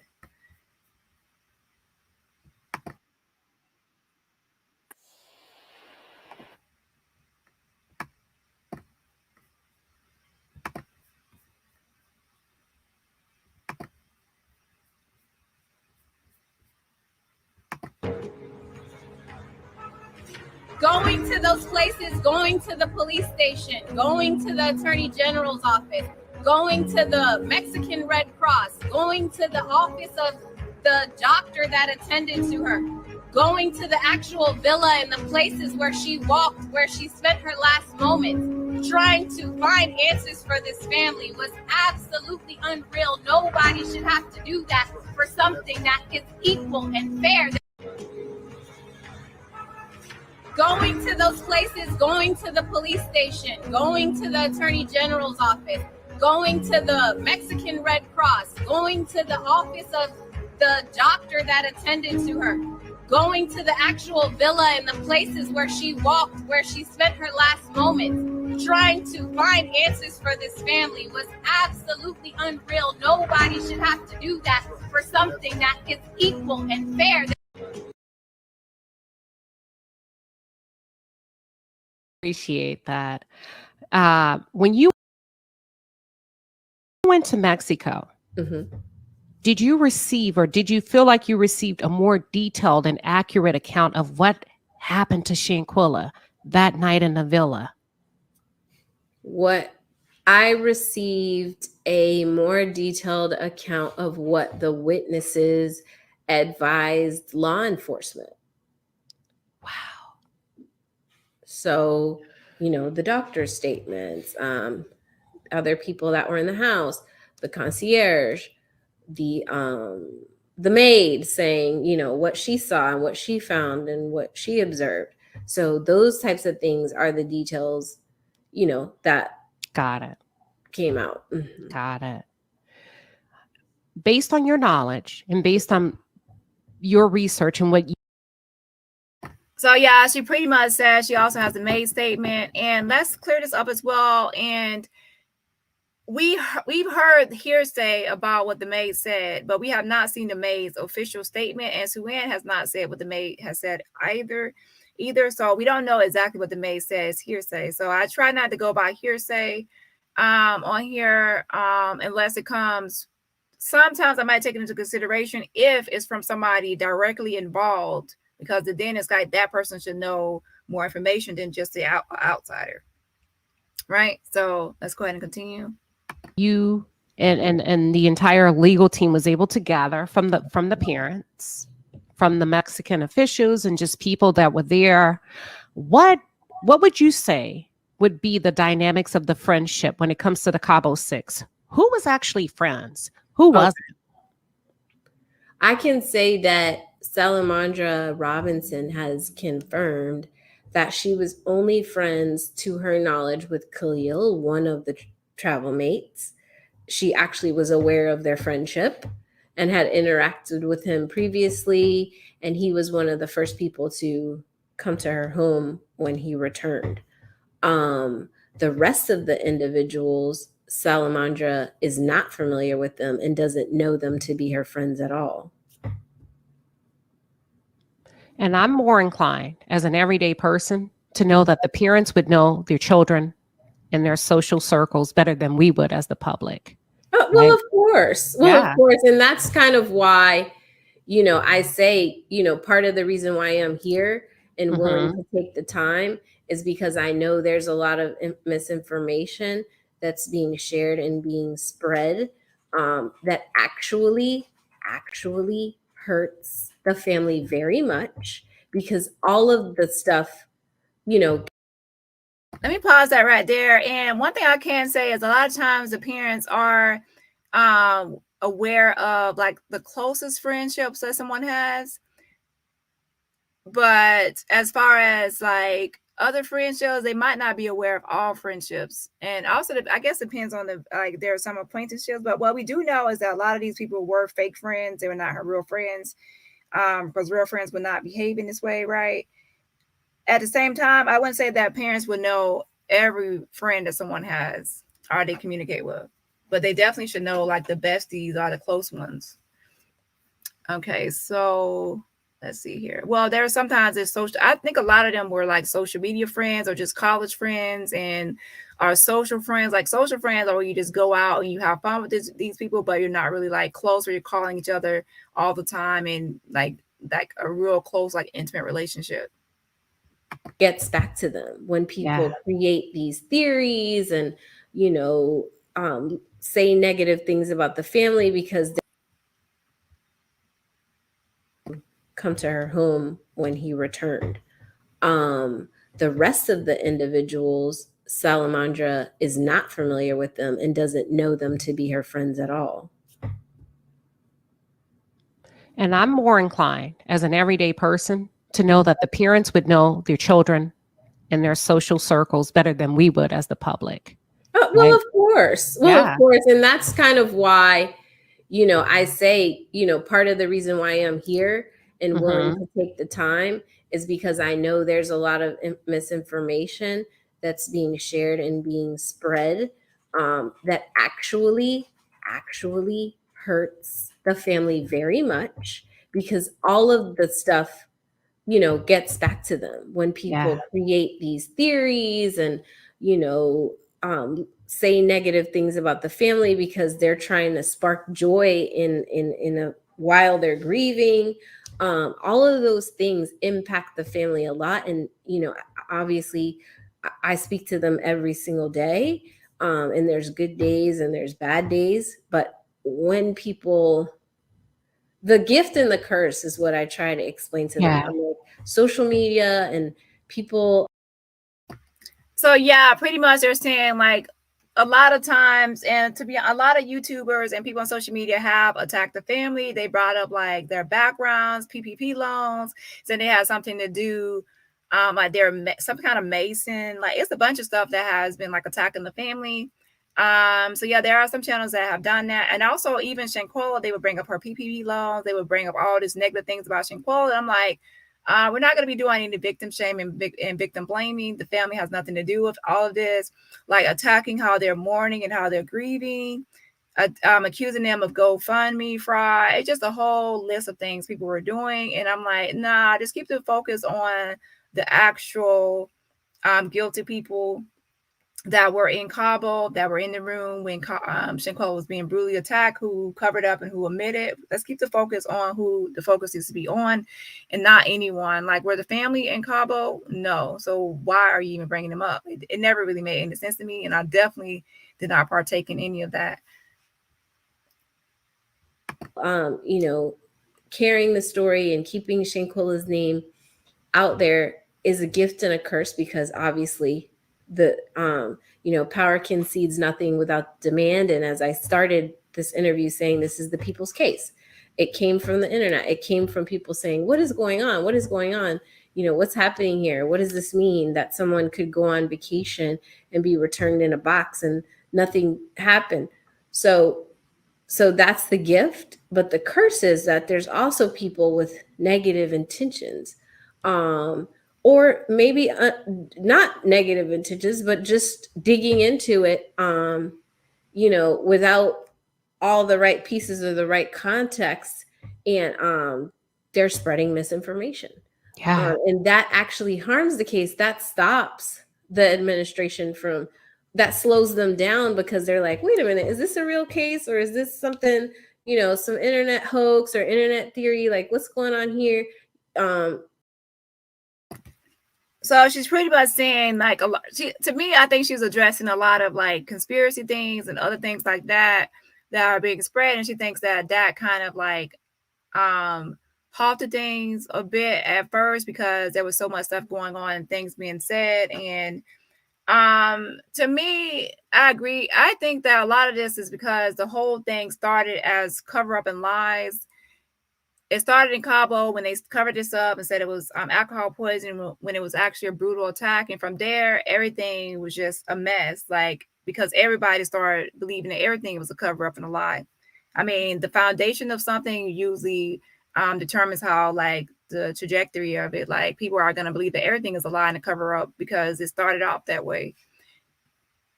But yeah, let's go ahead and continue on to what Suanne has to say about misinformation kind of like messing things up. And that's why she's going on like a tour to different channels to try to put out the real information on the case. You know, and that's why when we sent the letter to the press, which I can have the link put in the chat, when we sent the letter to the administration and to the Secretary of State, we only included very few pages from the extradition packet. We're not going to try to jeopardize the investigation that's ongoing in any way. That's not our desire or the goal. But we wanted the administration to know, here, this case is real. It's not living on the internet. The Mexican authorities, the Attorney General in Mexico has done a criminal investigation. Shanquella is real. Her life was taken. She's a U.S. citizen. Her life mattered. And you all do not want to set the precedent that someone can commit crimes against a U.S. citizen abroad and then come back to the United States and use the United States as a safe haven. That's the absolutely last worst precedent that any administration would want to set.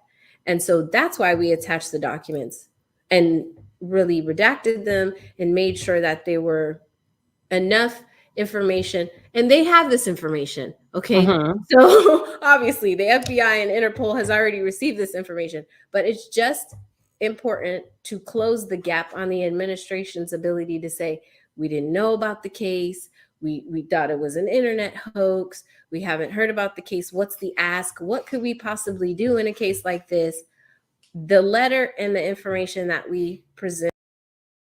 So pretty much she's saying that she didn't want to leak. She did not really leak everything that was given to her, like all the pages of the documents. She just released enough to try to get them to prioritize this case and get on top of it, to let them know, hey, we have this information, we know what's available. Why aren't you on top of this? Why aren't you extraditing Daejhanae? You need to extradite her, or you need to do concurrent jurisdiction or extraterritorial jurisdiction on this. You need to do something on this because we're waiting and we're watching, and we've seen you handle other cases in a speedy fashion, so why not do it in this case? And obviously is in the public sphere now, was for very specifically that reason, to get the White House's attention to say, hey, listen, this is legitimate, it's real, and we really do need diplomatic intervention. This is good stuff. And I think it's a learning curve for some of us, right? As we're all very engaged in this case. So, and she's also saying, like, if someone were to look up the Shanquella case, due to all the misinformation and all the things being posted online, it could come across as some kind of, it can be taken less seriously. Yeah, taken less seriously as some kind of hoax or something that's less serious that they need to focus on or prioritize. But that's why she sent a packet to the White House, letting them know, hey, this is real. We're going to be doing press conferences. We're going to be applying more pressure. And she said something about within 200 days, she wants a response to this. I can't remember the precise words. I'm not going to quote right now.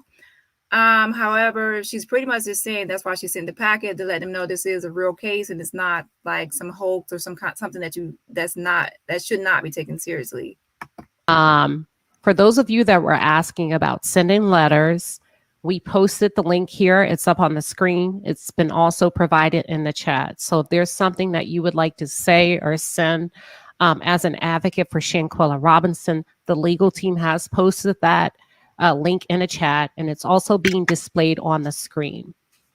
I have a super chat from PM Channel that says, we understand the laws, international policies, and we understand international policies are different in the US and Mexico and may cause delays. Once the video surfaced, why wouldn't that negate an immediate arrest for Daejhanae Jackson? Exactly. Okay, so you're on the same page as we are. Absolutely. And, okay, there's been an issue where, we're saying you can either extradite the person that Mexico has identified as the aggressor in the video, or you can criminally charge and prosecute the people here. There isn't any barrier preventing them from being prosecuted and tried in the United States. And I say them, individual or individuals. There isn't anything stopping the United States from charging them. They would do their own investigation, and then based on their investigation, they would indict. You know, based on what I've seen come through YouTube by way of comments, social media, and then just public outrage, some people feel like race has been a barrier in this case. Based on just what you've seen, your experience with the legal team, do you find that to be likely, or is that just probably something we're introducing because we're a little bit more passionate about this? What's your perspective on all of that? My perspective is, I know there's a lot of people who opine on, you know, missing white girl syndrome. And there is truth to that, that the mainstream press and mainstream media prefers or has an affinity for missing and victims of crime. If they're blonde and they have blue eyes, you see the case comes up more, it stays relevant longer. You know, the examples people use are Natalie Holloway's case, which I remember that case very vividly, and remember even me reposting and sharing information and saying, wow, you know, this is a really horrible case. It's a transnational case.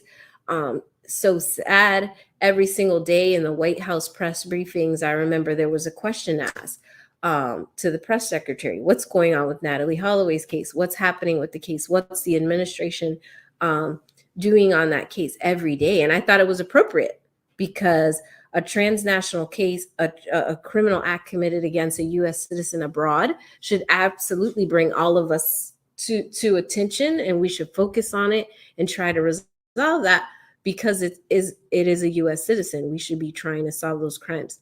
So the delay.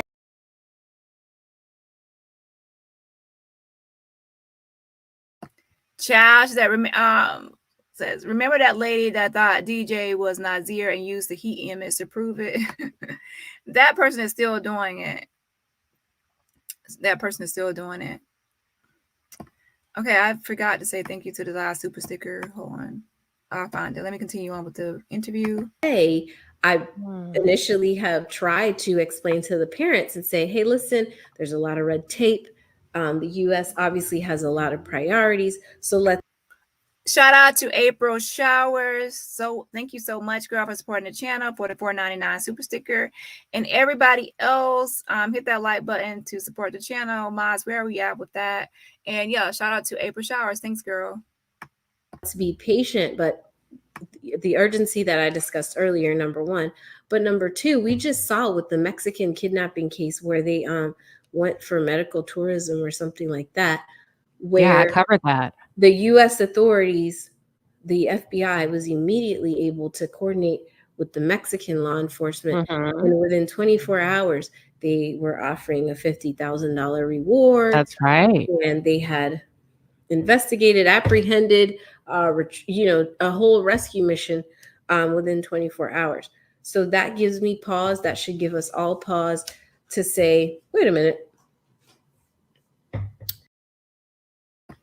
Pink says, Sue-Ann is totally bogus. I don't know any serious lawyer on reality TV, says dating shows. Next.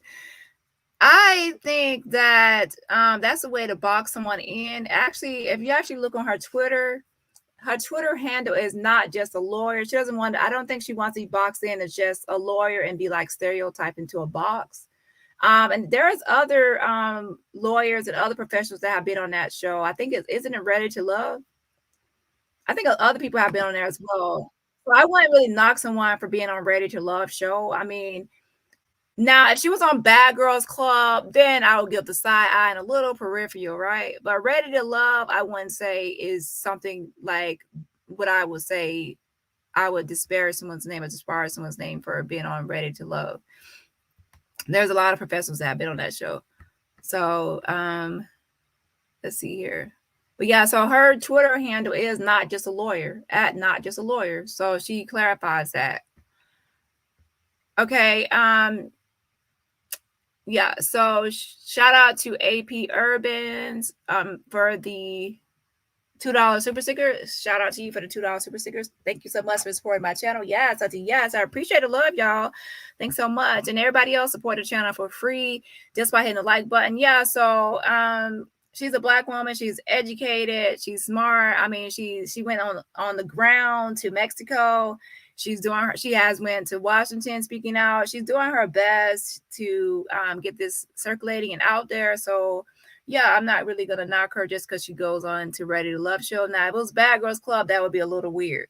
But Ready to Love, not so much. The red tape didn't really slow anything down. We would like the same energy for Shanquella's case. That's what we're asking for. We're saying, hey, there's an urgency in this case as well. And we would like that same urgency applied to her case.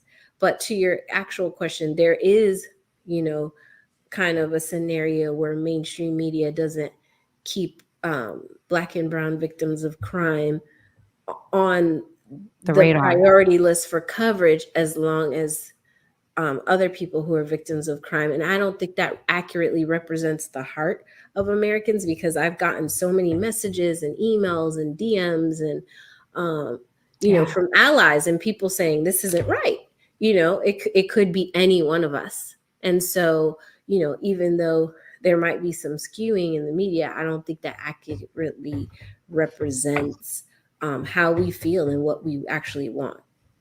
And that's why I think it's important to have a legal team as robust and diverse, and that you all, I think you have a very diverse offering of thought leadership, tenure, demographic, where you can all you can really touch and represent each demographic, each generation. I think it's important. And like you said, put us out of business. And I'm going to play that soon.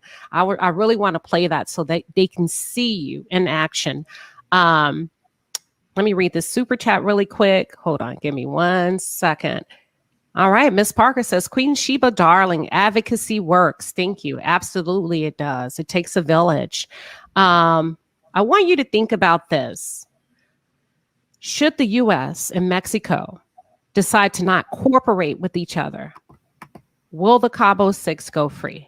You can answer it now. What I would like to do is give you a 90-second break just to take a breather, and then we'll come back to part 2. So you want to answer it now, or should we just take a 90-second breather? Yeah, break is fine. However, okay, perfect. So you guys, we're going to take a 2-minute break just to, because this is heavy. This is a lot of work. And we will see you back here in 2 minutes. I'm just going to put on screen and music, and we will be right back.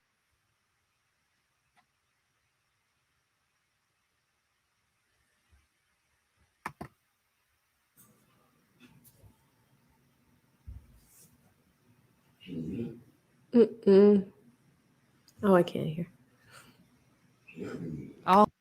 Okay, so there's about 11 minutes left of this first interview that Sue-Ann went on, and then there's another one that I'm going to play. And after that, so after the 11 minutes of this interview, I'm going to post the Nazeer receipts, the new Nazeer receipts, and then I'm going to do the second interview, and then I'm going to discuss Daejhanae. Okay, so that's the itinerary. Oh, wow. Thank you. I said, thank you. Thank you, everybody, for just giving us a breather. We want to make sure we take good care of our guests and prioritize their well-being. Mm-hmm. And if it's okay with you, Sue-Ann, we can pick up where we left off regarding the question that I posed before we went on to break. Mm-hmm. Should the U.S. and Mexico decide to not cooperate with each other, will the Cabo Six go free? No, that's not something that would prevent them. Lack of cooperation is one of many things that could cause that to happen, for justice to be denied in this case. That is one of many things that could happen. The witnesses could disappear, evidence could disappear. So there's many things that could happen to cause justice to be denied in this case. So that's one thing. If Mexican authorities don't cooperate with U.S. authorities, obviously that would cause an issue. But again, the U.S. authorities, there is a direct criminal federal statute that they can charge someone with murder for killing a U.S. citizen abroad. So the U.S. has the ability and the authority to prosecute. The issue would be how they investigate the case. And that's why we were talking about concurrent jurisdiction, because even if the United States says, okay, we're going to prosecute them ourselves, they have to do an investigation. And part of the investigation involves going to Mexico. And they have to, request concurrent jurisdiction in order to be going to Mexico as law enforcement to investigate a crime. Got it. Thank you so much.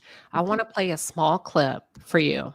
Sure. And I also want to play it for the audience because this is what I consider a wild card in this case. Okay. All right, here we go.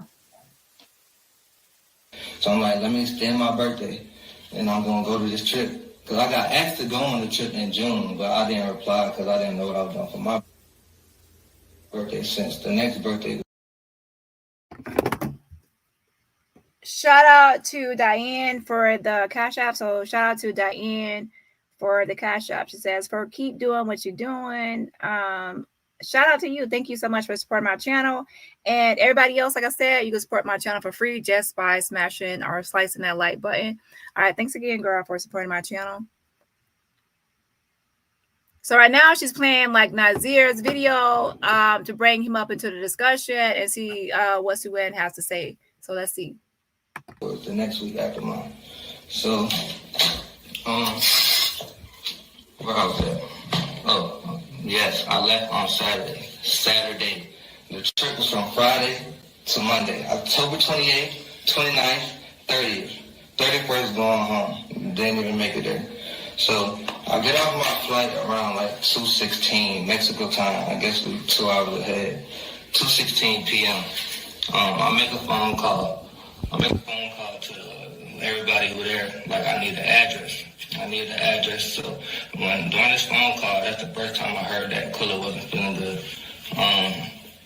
They told me that Quilla was sick and she was showing signs of alcohol poisoning. And they got that because one of their friends told them that they were seeing signs. So she was showing symptoms of alcohol poisoning. But I didn't know it was a fight. Hold on. I got my Bible. Yeah, I'm gonna put this blunt down, because I'm not lying. I'm not gonna lie on that. I'm not saving nobody's ass. I'm not protecting my ass. I'm just coming here to keep it real, because y'all in my DMs going crazy. And all this posting my address and stuff. Like, y'all can go there if y'all want, but it's not gonna be pretty.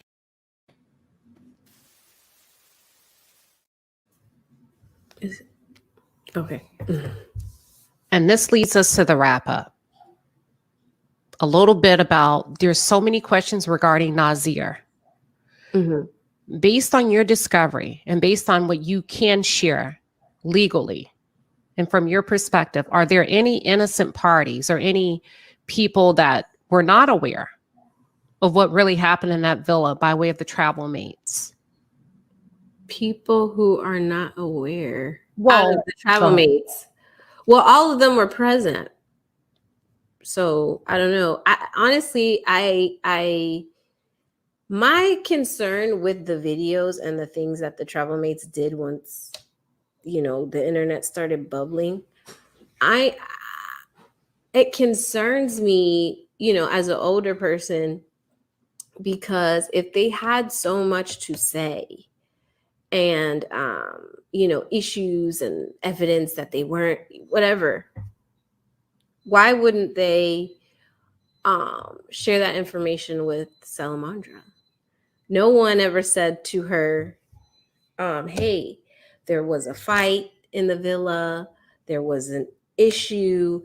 And you know what? We think that she passed away, or we believe it was alcohol poisoning because we were all drinking. But just to let you know how your daughter's part of the day was that there was an issue. So that there wouldn't be a surprise. Oh, here's this video. Right. So that's kind of more, the information that I think that if somebody wants to share something, it should probably be like, okay, well, you bothered to go speak to the mom, give her Shanquella's effects from Mexico, but the family had to find out about the video with the rest of us, which, doesn't make any sense. I agree. And before I get to your last clip of a call to action on the behalf of the White House and the U.S. government. And yeah, that's the thing. Like, once Shanquella was really attacked in Cabo, it was everyone's responsibility to try to make sure that, like, keep up with where her body was being sent to, and to keep the family informed, like, what's going on with Shanquella, at least tracking where she's at right now. And also, of course, to lie to the mom and go to her house and say, hey, so I know Khalil went to the house, right? So I'm not going to name the other two because, to be honest, my mind is so full of information overload.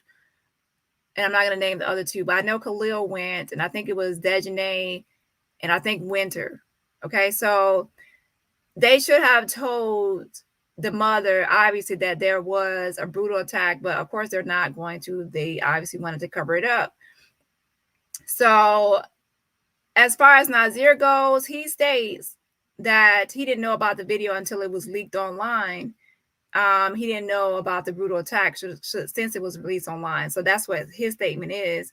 However, considering that he was there, there's still expectation of him, at least, like, her body was there, and then her father, Bernard, had to actually find her body and find out where she was located. And as friends, that's their job to do that, right?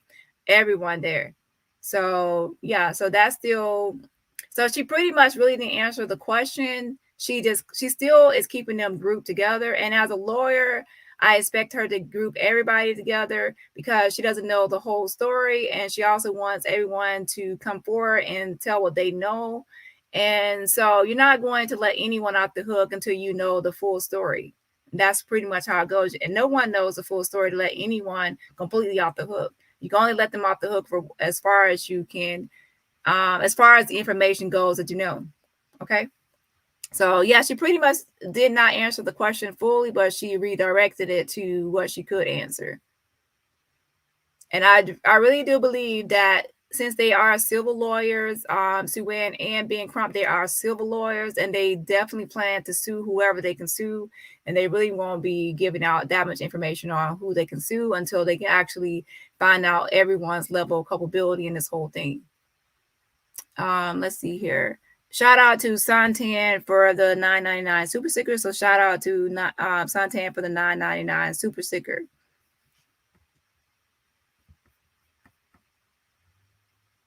Government. I just want to call out really quickly something we do here, when people are kind enough just to send an acknowledgement, especially financially. I just want to read them off really quick. Thank you, Queen and Sue-Ann Robinson, for doing this interview. Do we know who the unidentified male/couple are that arrived to the villa first? I think they're referring to the report where the concierge mentioned that when he got there, the chef notified him that there were two people there. I think that's what they're referring to. Well, it would be one of the people who checked into the villa.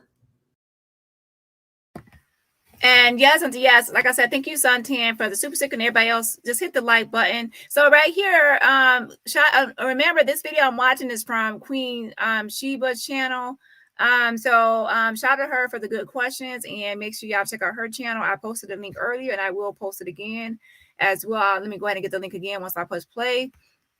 But so pretty much this answers the question about who was at the villa. She's like, pretty much, obviously, the people that are being mentioned by the concierge are the people that are one of the Cabo 6. There's no one else pretty much at the villa. Okay, so that's what's being answered now. There's no one else. So to me, I think, to be honest, I think that concierge statement is confusion. Not confusion. I'm so used to saying I'm confusing. It's confusing, And I think that it's confusing because once it was translated from Spanish to English, that it was lost in translation, and the way he was reporting on it or giving his statement made it confusing because he speaks, English is not probably his first language, right? So people automatically thought that he was implying or inferring that there were other people there. And Suan is pretty much clarifying that no, there were not other people there.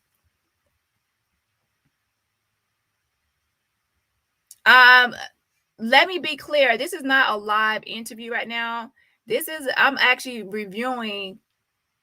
Marie, I think you have it confused. I'm reviewing or doing commentary on another YouTuber's video. Okay. I'm doing commentary on another YouTuber's video. I think you have it confused.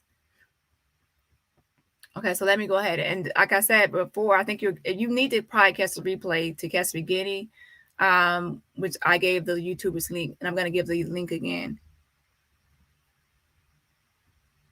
Got it. Okay. So the 6 names are on the guest registry. Okay. And Linda Best says, could corruption by Mexico be the holdup?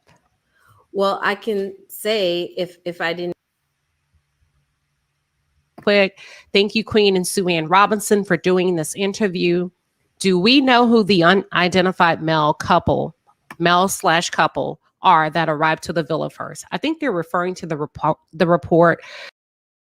And also, what could be lost in translation is too, when people say couple, someone can mean like a couple, as in they think someone is in a relationship, like a couple, and then there can also be a couple, like a couple of people.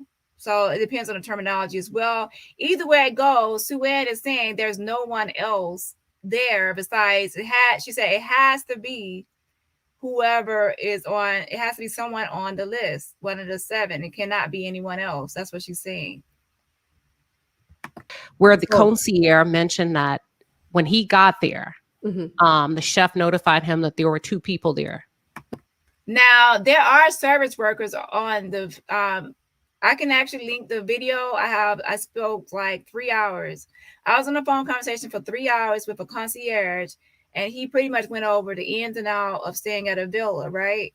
And he told me that there's like a pool service worker, there's a chef, there's a whole list of things. So if you have not watched that video of me talking to a concierge for 3 hours about how villas run and work and everything like that, then you need to watch that video. Mm-hmm. I think that's what they're referring to. Well, it would be one of the people who checked into the villa. Got it. Okay. So the 6 names are on the guest registry. Okay. And Linda Best says, could corruption. And she said the names are on there. That's all the people there are the names on the list, right? And then, of course, she's not including Shanquella because she's going by what the question is being asked. So it's a total of 7 on the list.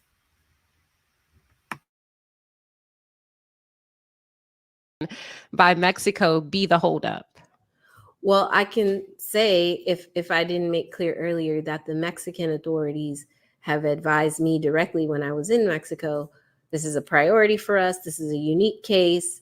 We have completed the investigation and sent everything that we're supposed to send pursuant to the extradition protocol to the United States, to FBI and Interpol. And I want to say, because earlier I talked about the press briefings and Natalie Holloway's case, we did have the opportunity because of April Ryan April Ryan, veteran, decorated. Deanna says, but he saw the video, then made the statement. So for me, he just going out the video. Did you have a previous statement before this? Yeah, I guess he made the video of that video that everyone keeps playing. He made that video after he saw the other video, the brutal attack. And then in that video, he was saying that he just now saw the video. I knew about it, the brutal attack at the same time as everyone else. He's pretty much saying they hid this whole thing from him too, and he didn't know about the brutal attack and everything that happened until the video came out himself. That's his statement, okay? So I don't know if that's what you're referring to. Journalist did ask a question to the White House. Was it last week? or the week before last, she did ask Karen Jean-Pierre, the White House press secretary, a question about Shanquella's case. She asked follow-up questions as well. I posted it on my YouTube channel if people haven't seen it, but we've had a question asked. So it is bubbling. So it's not a situation where the White House is hearing everyone. They are hearing the family, and we're making steps in the right direction. I was saying that it would be the same energy if it was every day. But I absolutely give all the props to April Ryan. She's always going to bat for us in the White House press briefings and asking the pressing questions on behalf of us. So I give her all the props for asking that question. Yeah, shout out to April Ryan for asking questions about Shanquella when she goes places. That's the only reason, to be honest, why the White House responded the last time is because of her questioning. And Sunny says the concierge is not lying, and I disagree with Sue-Ann on this one. I believe there were others there. The concierge statement was sent to the president, so it's important. Well, the letter to the White House actually says 6 travel mates. So in their letter it says 6 travel mates. Now in the attachments they have the concierge statement, and I believe the concierge statement is being is actually confusing to understand. And once it's clarified later on when it goes to trial and it's clarified, then people will understand exactly what he meant and exactly his explanation. So to me, it just needs clarification. Now I do know who that concierge is, but due to the fact that people can lose their job, and I don't think that person should lose their job, I told that concierge I'm not going to give his name out or reach out to him anymore. So that being said, he does watch my channel, and I told him I'm not going to give his name out. But yeah, once everything is out and everything is clarified, his statement will be known to be exactly what C1 is saying. The guest mates, our travel mates, are on the list. And so far, I really haven't been wrong about things I put out. And I even under like speculation, or I would not say speculation, I would say guesstimate, or I would say educated guess. And I say educated guess because it's based on my knowledge of certain facts. And then I put all the things together, like the puzzle pieces together, and then I give my opinion off that. So I give my opinion off of receipts, not off of speculation. So then that leads to like a more of an educated guess. And the follow-up questions as well. Gotcha. Thank you. Thank you for that information. Last one, you guys, because we are tied for time here. It's from All Around Natural Beauty RN. If Shanquella had no vital signs upon arrival of the Red Cross and they do not transport for that reason, how is the doctor ordering hospital transport? I think that the doctor, according to her statement, had been requesting that transport be called from the time she did her first assessment. So it was once, based on her statement, when the Red Cross arrived, she had no vitals, but she had, according to her statement again, been saying, hey, she needs to be transported. Somebody needs to call 911. And based on her statement, she was attending to Shanquella and requesting that 911 be called. And then the travel mates were calling Salamandra and saying, we need money. We can't transfer unless we pay, etc. So pretty much you're saying the doctor was evaluating Shanquella, doing an assessment, and she was saying that Shanquella needs emergency help, and instead of calling 911, the travel mates, which on the unofficial police report said was Khalil, one making a phone call. And it would make sense that one person would make the phone call, which would be the closest to Shanquella, so probably was Khalil, right? According to Salamandra. So Khalil was probably calling Salamandra instead of calling 911.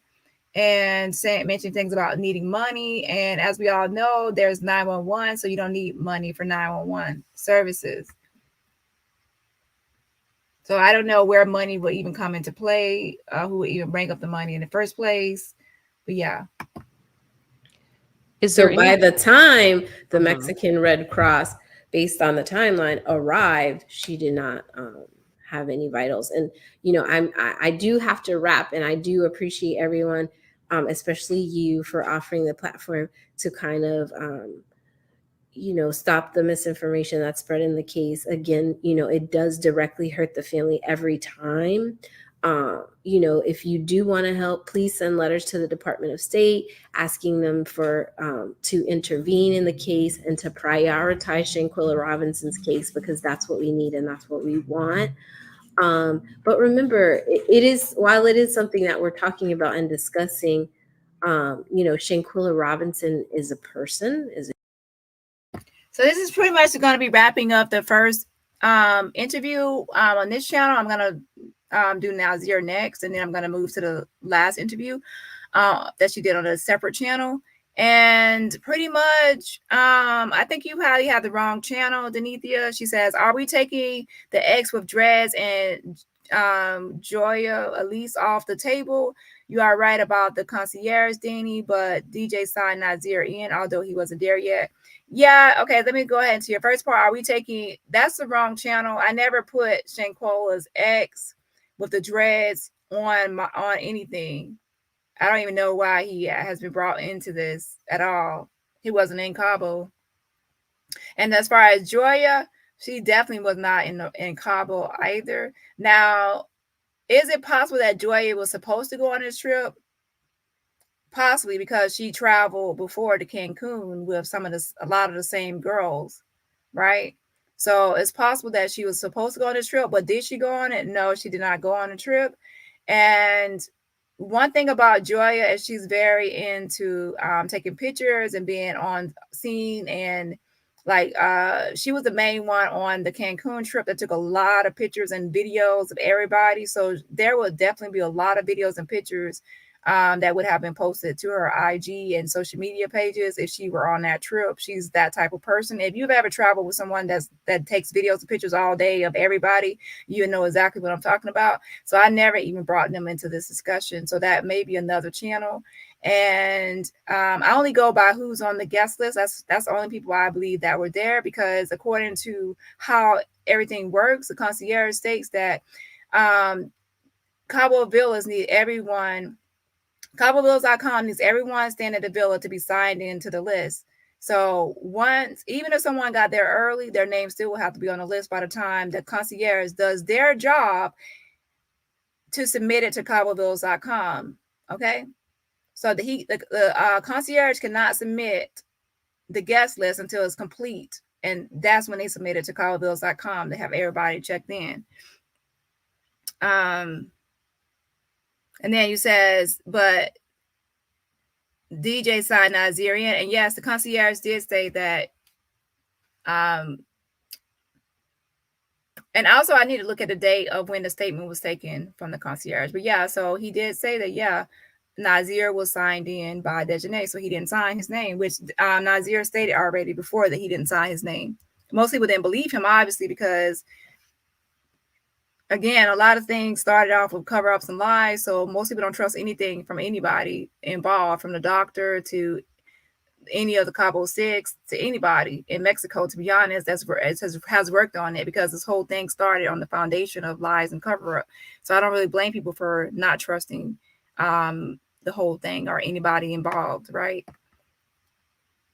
A human, she was a sister, she was a daughter, an entrepreneur, educated. She was a graduate of Winston-Salem University. She braided kids' hair, and sold clothes, a creative, always kind of having a side hustle and just doing everything that we say to each other, like, yes, girl, you're doing your thing. And so, unfortunately, I got to know her more, obviously, after she passed away, but someone that we would all, look to be friends with. And we can't forget that while we're discussing and talking and dissecting and figuring out things in the case. I don't want her name to be lost, or that she was such a beautiful person either. And we most certainly understand that. And with that being said, we want to thank you for your time today, you and your team.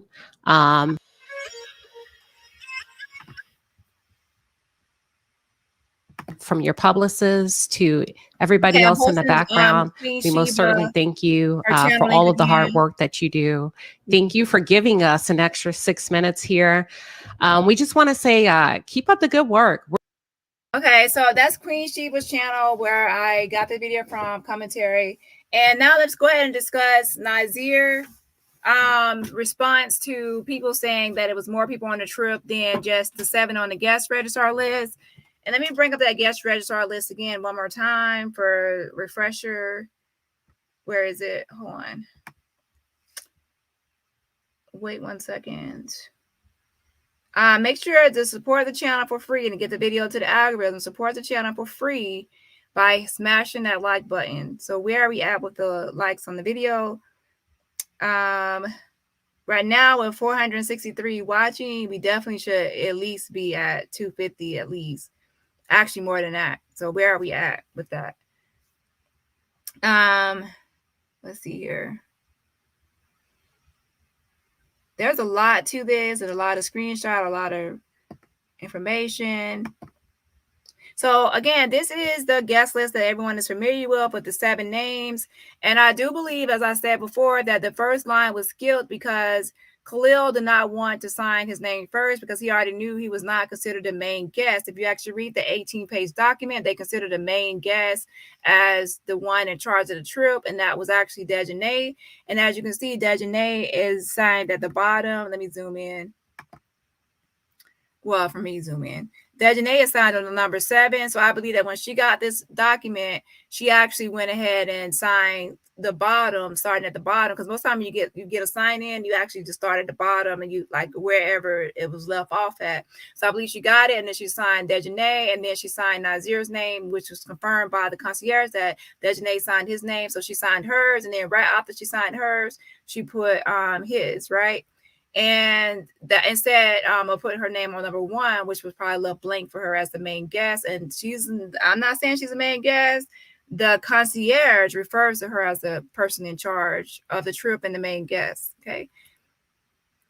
Let's see here.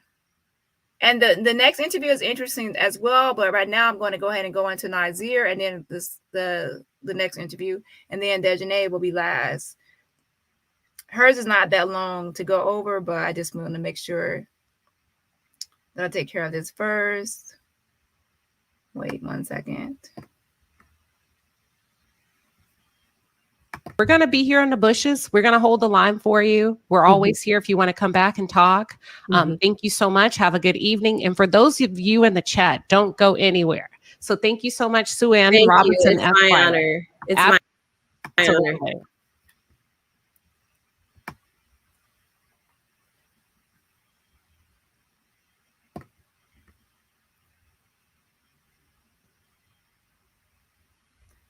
Okay, so pretty much, let me take this comment down for just a second.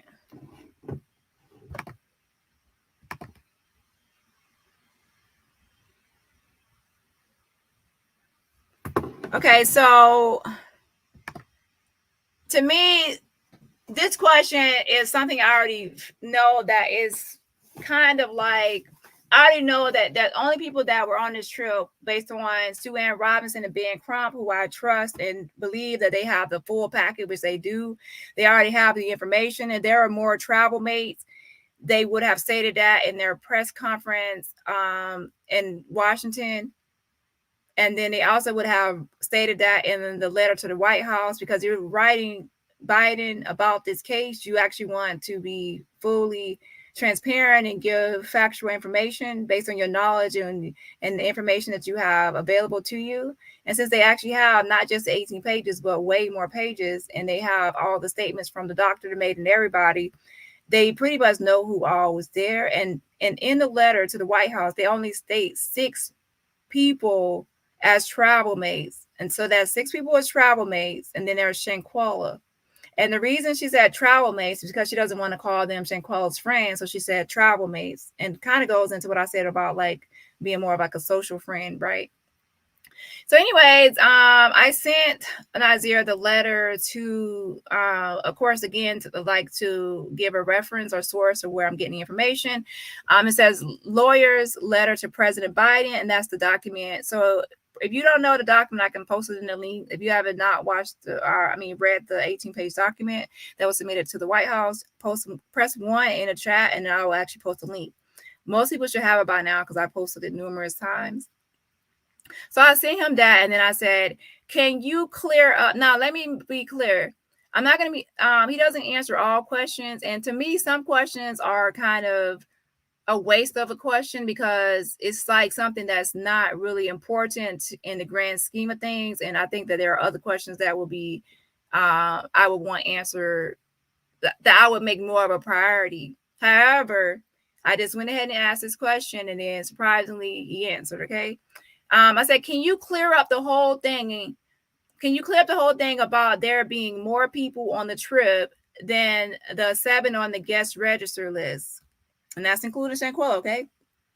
I don't know why people keep saying that because a concierge stated that all get, I'm getting our target ready. Hold on. I don't know why people keep saying that because the concierge stated that all guests had to be signed in. And I put, I think some are confused because of the concierge statement on pages 8 and 9.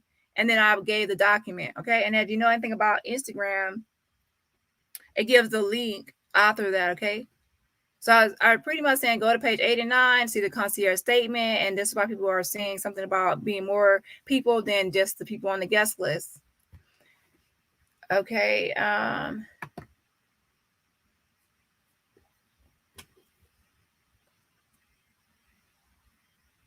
And then this is his response. And this is what happens when it's like nighttime and you haven't ate anything the whole day. You start getting a little foggy. But usually I really don't like to eat until all my work is done for the whole day. That's a bad habit that I'm trying to break. Okay, so because once itis sets in, I really can't do anything after itis sets in. So I try to get everything I need to do that day done before I eat anything. Not all the time, but sometimes. Okay, so this is his response. And let's see. Hold on. And again, the first part is a continuation of my message. And then it says, he wrote, there was only 7 people. I don't know how people keep saying it was 8, even after the owner of the villa stated she signed my name. That's the only, and he put, I could get, he pretty much, that's the only way, because I guess he was in a rush. I don't know. So that's the only way I could get up to the villa upon my arrival on Saturday if my name was there from the start of the trip when they arrived. So everybody's name will have had to have been on the sign-in sheet. No if, and, or buts about that. And that's true because I'm going to say press 2, and then I will have to post it in the link in the chat for anyone that actually wants to listen to the concierge. Kind of like an interview, to be honest. I spoke to a concierge for like 3 hours, and he went over like the whole rules and process of being at the villa and regulations and everything, and how everything works from start to finish, pretty much answering questions. So if y'all haven't watched that and you need that link, then watch, I would say 2. That way you have a better understanding of how the whole stay works when you're staying at a villa through CaboVillas.com, and how the concierge works. Okay.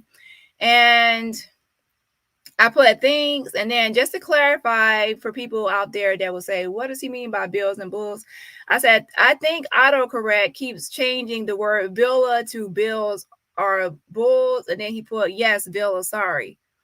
So pretty much he's saying that there was only the 7 people that's on that list, guest registrar list.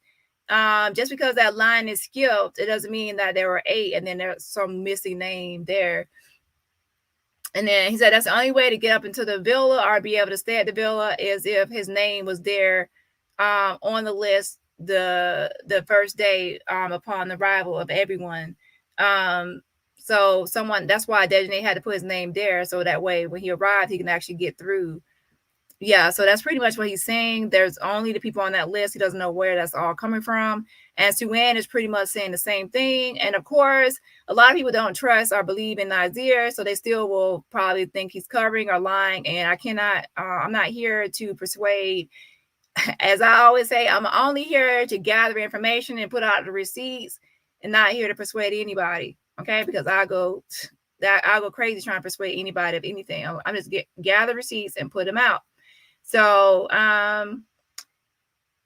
yeah, so he's pretty much saying there's only those 7 people, and the concierge actually confirmed this, and he said that in order to set the bill, your name has to be on that list, and it has to be submitted like to cobblebills.com of who all staying there. And he said it. The concierge said it. He said that if he didn't say it like directly because they don't want to actually admit to people putting other people's names down, but he pretty much said, yeah, there's sometimes where if someone hasn't arrived and they're going to be coming later, that someone else will put their name down, but he didn't say it directly, but he implied that it happens, right? So yeah, that's the concierge video that I can actually link anyone to, because I know some of you are new and maybe not have watched it. So okay, let's go ahead and watch. Whoo, child, it's a lot. There's one more interview with Sue Wynn, and then once, I think it's like, how many minutes is it? Let me check how long it is. And then once that wraps up, and then we'll move into Daejhanae, and then we'll be done for today. Let's see. And most likely after this, I might be back on my other channel for a couple of days, and not over here. I'll see how things go. So there's 23 minutes left of the second interview, and then we'll wrap into Daejhanae. So I would say about 30 more minutes, and then we'll be done. Unless I probably do a mukbang or something, and I open up the panel. So I don't know if some people want to get on the panel to discuss anything. I'll see how things go. Right now, I'm kind of getting low on energy. So let's go ahead and finish up this video. Thank you. Victims' rights. She has the same constitutional rights.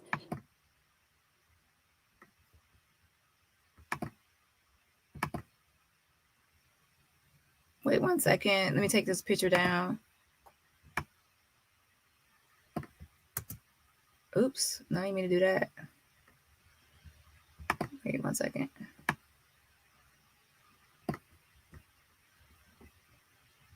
She's a U.S. citizen. Yep. And we both know that minorities get less media coverage. Right. Which a lot of journalists and people have opined about missing white woman syndrome, and how mainstream media just feels like it's just a more attractive story if it's a blonde, blue-eyed victim, and they'll cover it more. But I don't think that's really the heart of our country and how the majority of us really feel, just based on our conversation, right now. Right. Yeah. And I think, who really taught me a lot about that, not personally, but just from what I've studied, is Elizabeth Smart, obviously. A child kidnapped case, parents pushed it hard. Within a week of her kidnapping, she was on the cover of People magazine. And she has become a huge advocate for minority and indigenous women, because she says, the way I looked is why I was found. Right. And it really struck me. I had covered a little girl in Lumberton, North Carolina, who was 13, who was kidnapped, and her name was Tanya Aguilar. And my blog was what covered her, no national news. Wow. And she was 13 years old, kidnapped, waiting for the school bus. Her family saw her kidnapped, and the police said, "Are you sure she didn't run away with him?" Wow. And so I think on a personal level, I know that this happens. And so I guess I think, boy, the more social media pressure you put on something, that's what makes people ask questions. If that's all people are talking about in social media, then the big sites have to follow it. Right, absolutely. And I always say, when people say, "Oh, thank you for working on this case," I say, this is the people's case. It's Shanquella's family. You all are supporting Shanquella's family. And in supporting Shanquella's family, you're saying to our government, listen, if there is a crime that happens to me abroad, I want it to be a... Well, again, you will have to call Sue Ann a liar and a bunch of people a liar if you actually say that there's more than those guests that were there. I mean, Sue Ann just said in her letter to the White House, there were 6 travel mates. She said it in a press conference. There were 6 travel mates. She gave the names. So for that, you have to be adding Sue Ann as... So you're pretty much would say that Sue Ann is covering up, or Sue Ann is doing something, right? So I really don't believe that. I believe that there are just what it is, 6 travel mates. And Nazeer has said it, the concierge statement, I guess, is kind of confusing for some, but to me is pretty much clear. And I can't really say a lot of details on a lot of things because then that would give some things away that I can't speak on. But yeah, so I'm just going by what the 6 travel mates, that's what I'm going to go by. And like I said, some people won't be convinced until it goes to trial. So you just have to wait to trial to get confirmation or until the full packet or full information is out, because that means that nothing no one says or does will persuade you.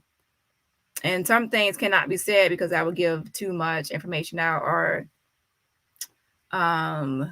yeah. Addressed. Right. Yes. Well, and what's interesting, I was thinking about the group. And by too much information, I mean exposed people are that are really that I promise that I would not expose or put out or tell who. Yeah. That was 2 people were killed in Mexico, obviously a few weeks ago. African American, 4 people that went, and they The kidnapping case. Yes, Okay. very quickly went after them, which was interesting to me. Mm-hmm. Yeah, and again, that was another situation where the family's like exercising patience, saying, okay, we understand the United States federal law enforcement has other priorities. We understand that. That's fine. But then here it is, within 24 hours, the FBI can coordinate with Mexican law enforcement and put up a reward of $50,000, execute a recovery and a rescue mission within 24 hours. But on Shanquella's case, we're going into 5 months, 2 days ago, where they're saying we're still investigating. And we know that it is the American authorities that have to locate the person and execute the warrant. Is that correct? What has to happen is the State Department either has to agree to the extradition packet that Mexico has sent, and then the person who's subject to extradition would have a proceeding in federal court here to object to the extradition, or the State Department and our federal law enforcement. Okay, this interview right here is not that long. It's Tales of an Educated Debutante. I'm gonna actually post a link to her channel as well. And again, after this, and I'm going to go ahead and go over Daejhanae, and then I'm gonna wrap it up. And I'm gonna do an open panel and chat another day, not today. So yeah, and if you're just not joining, you'll have to catch the replay. And make sure you hit the like button. Hit that like button.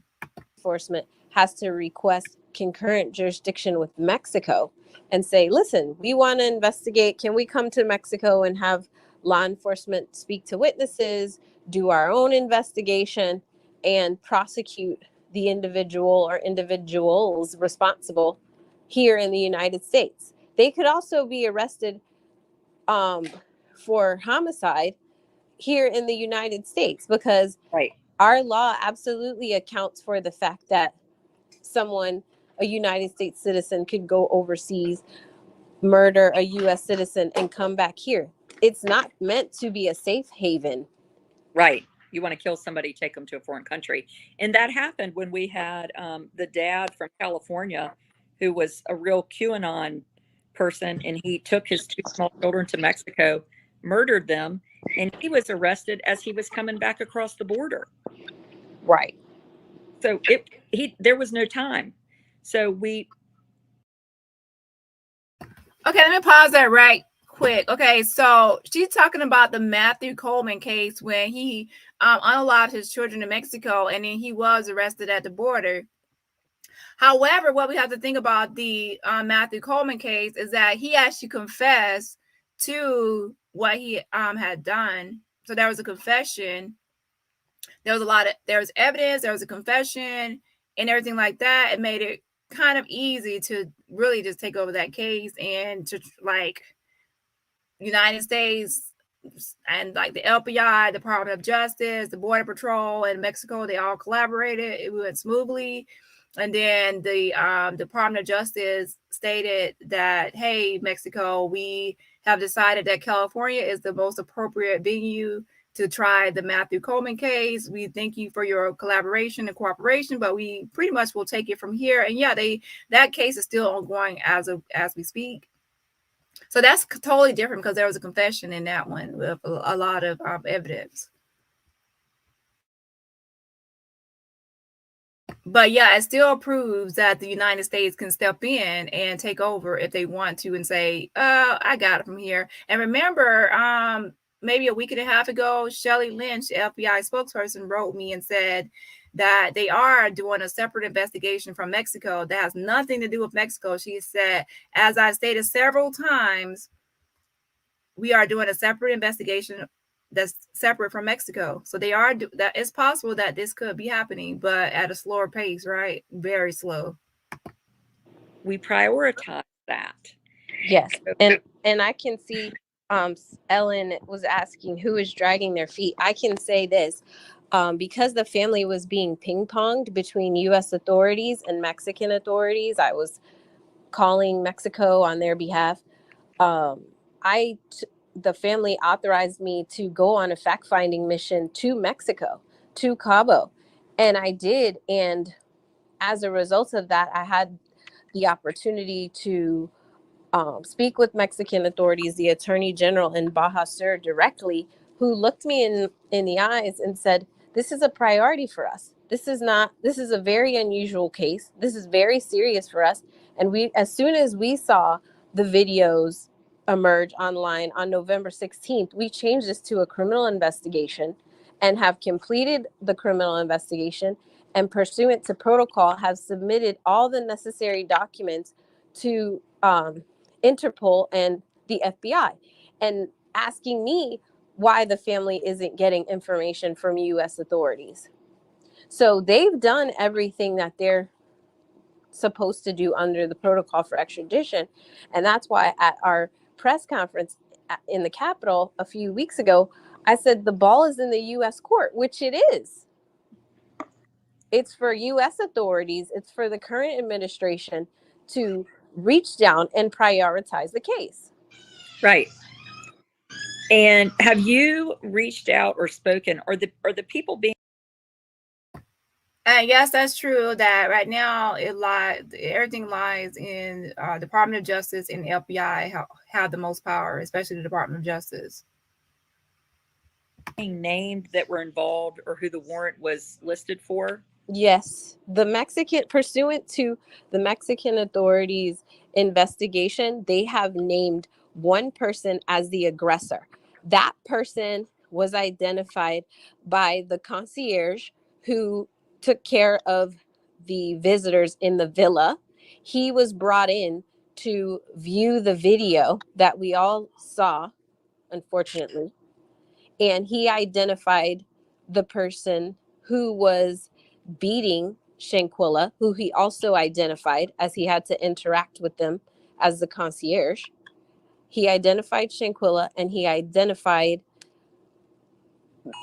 Ms. Jackson as the person who was beating her, and the Mexican authorities listed her as the aggressor and charged her with femicide.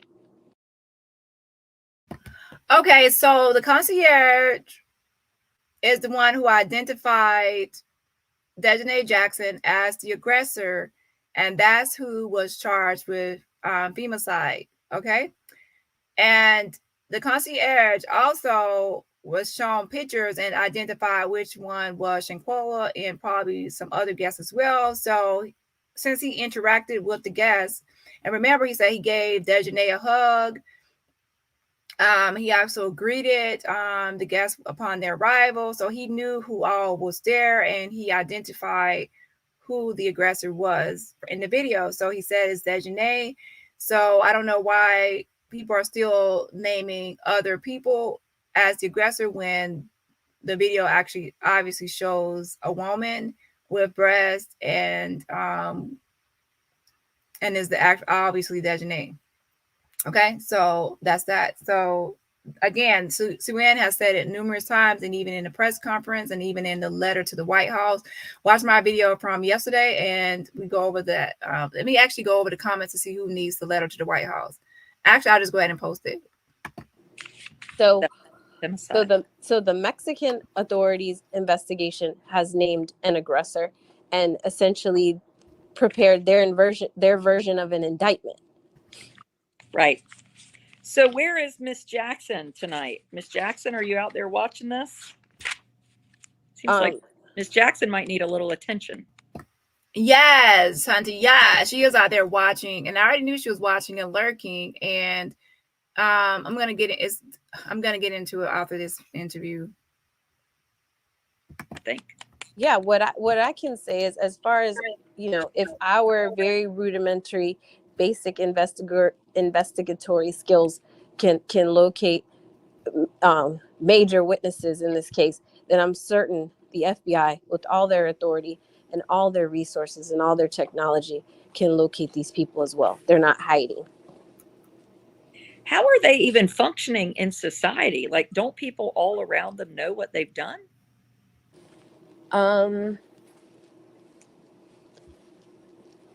You know, how are they functioning is a good question. Like, if you were my friend, Sue-Ann, you and I have been friends for a while, and I see a video of you, or you see a video of me murdering someone, you and I ain't gonna be eating dinner together anymore. Right.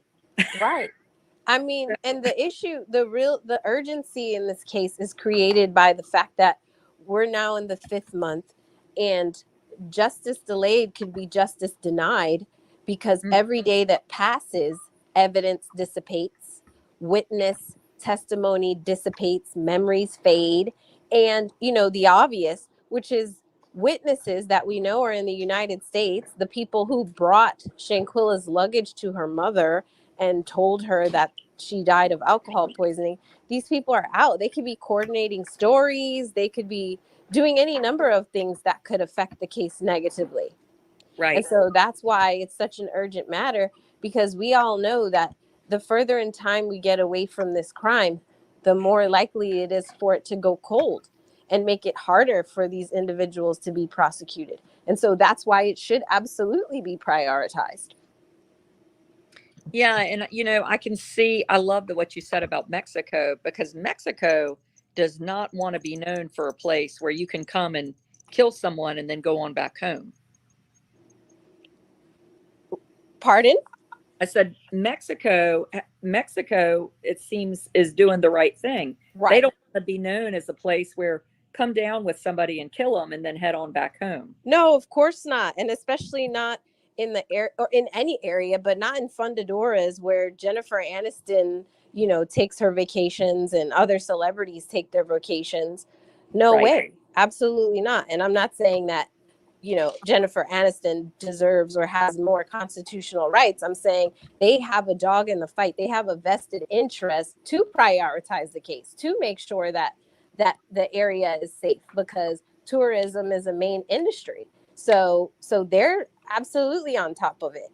I had the opportunity while in Cabo to visit the Mexican Red Cross and come and speak to the paramedic that attended to Shanquella, who confirmed that she had no vitals when they arrived, and that even though they participated in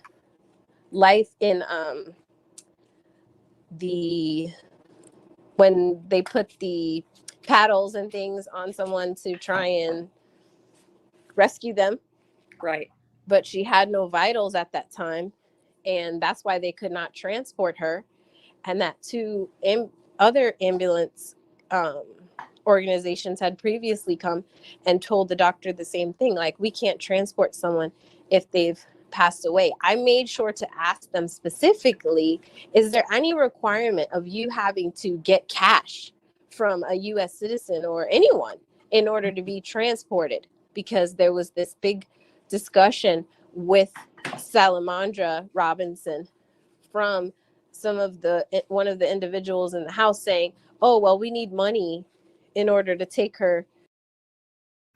To me, that's also another way to place blame on people, is to say, well, you didn't give us the $5,000 or however much they were asking for. So since you didn't give us the money, then we couldn't get her help, and then that led to her passing away because you didn't have the money to pay for her care.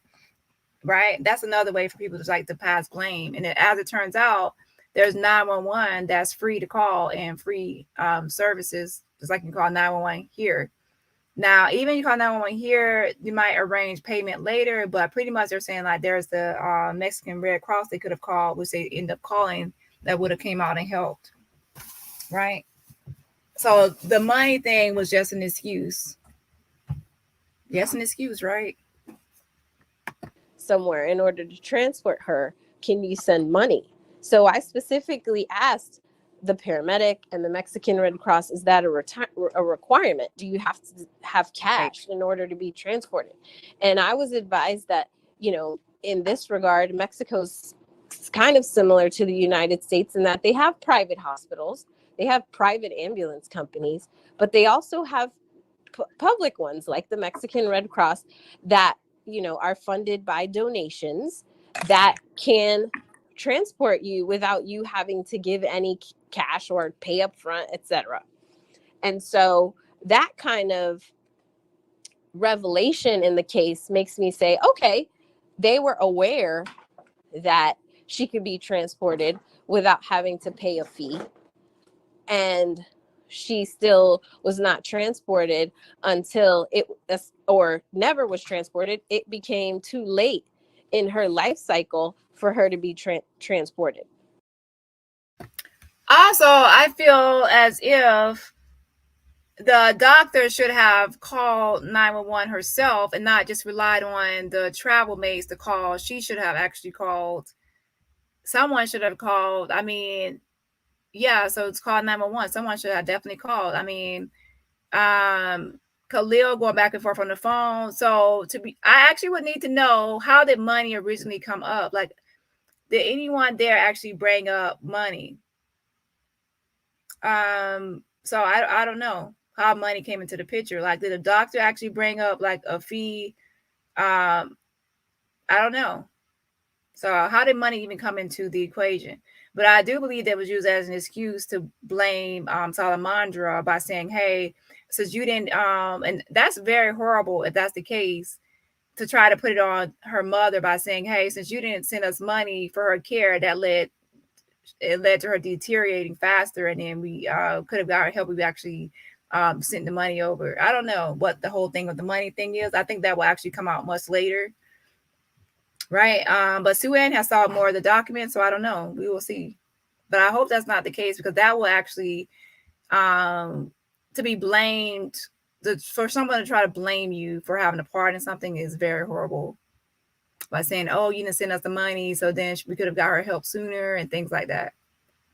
But yeah, there is 911. Once you call 911, as Sue Ann said, there is help that will come, and it's actually funded, like through donations. Right. It's just not, I just, you know, I thought to myself when it happened, you know, what if that, I think we all, especially when you're a mother or a daughter, you think, well, what if that had been my child, or what if that were me? And how crazy you would be going, you know? Absolutely. Especially when they're telling her, and this is the thing, like Mrs. Robinson is such an amazing and dedicated mom. You know, she's a beautiful lady, beautiful spirit, grieving and having to go through all this stuff and stand up for her daughter and fight for justice for her daughter at the same time.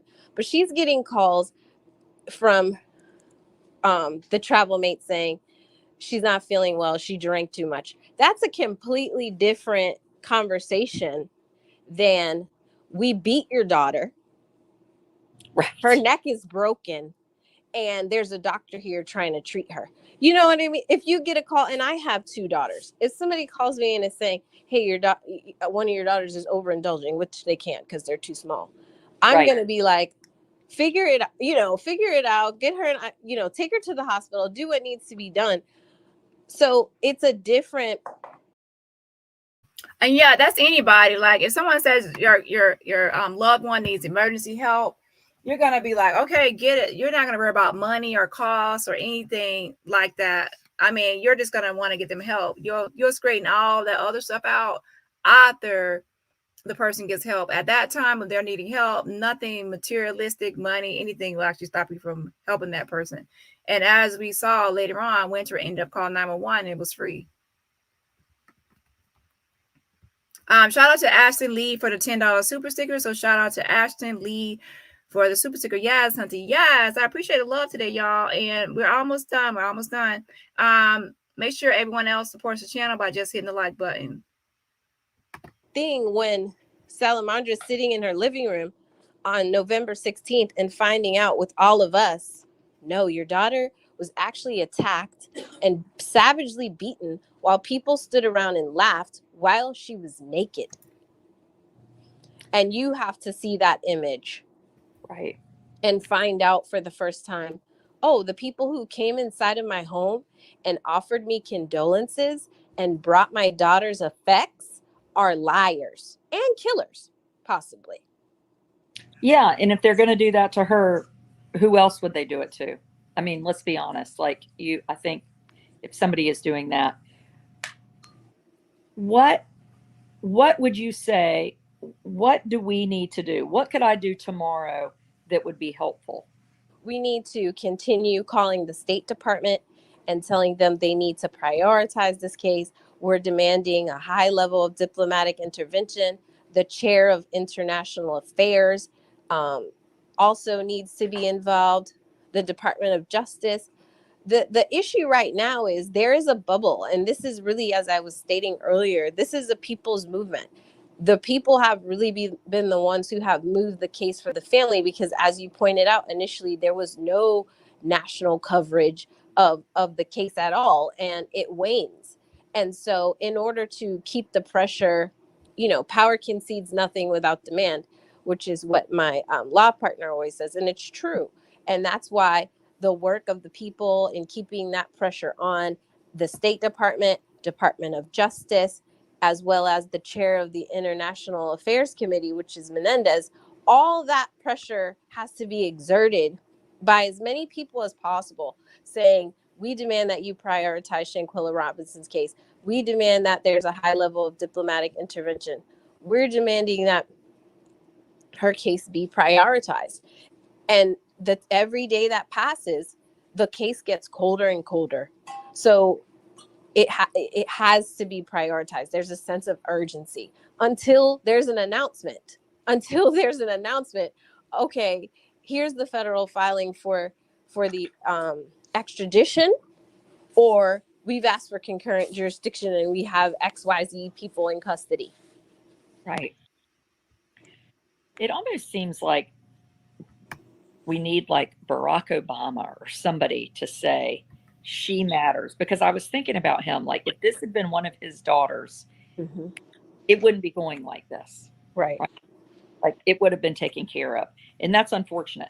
Sometimes when you're famous or you're, like you said, you're blonde and blue-eyed, what so it's like we need to get the attention. I'm like more thinking out loud right now of what we can do. Well, no, you're absolutely right. I think that if you're a member of a political organization locally, write a letter on behalf of your organization to Anthony Blinken, to the Department of Justice, and say, we're demanding you prioritize this case now, because every day that passes could be justice denied for this family, and that's just not right. And most importantly, for me, this case is about Shanquella Robinson and her family. But for everyone, this case is about saying we are not going to accept the U.S. government permitting a transnational crime to be committed, and for the people involved to use the United States and their United States citizenship as a safe haven to commit crimes. That's really what this is about. It absolutely is about the adventurous, beautiful, brilliant girl that Shanquella was, that she lost her life savagely in a way that no one should have to. Okay, here's the email address for Anthony. Okay, so you can send an email address, and there's a phone number as well. And remember, for a lot of emails, addresses, and phone numbers, you can go to change.org/Shanquella. That's change.org/Shanquella, and sign the petition. And also, you'll be able to get all the information of who to contact. Okay, all right, let's continue on. And right now, it looks like we're at 38,952 signatures. So we need 48,000. We need 48 signatures to get to 39,000. Spend their last moments.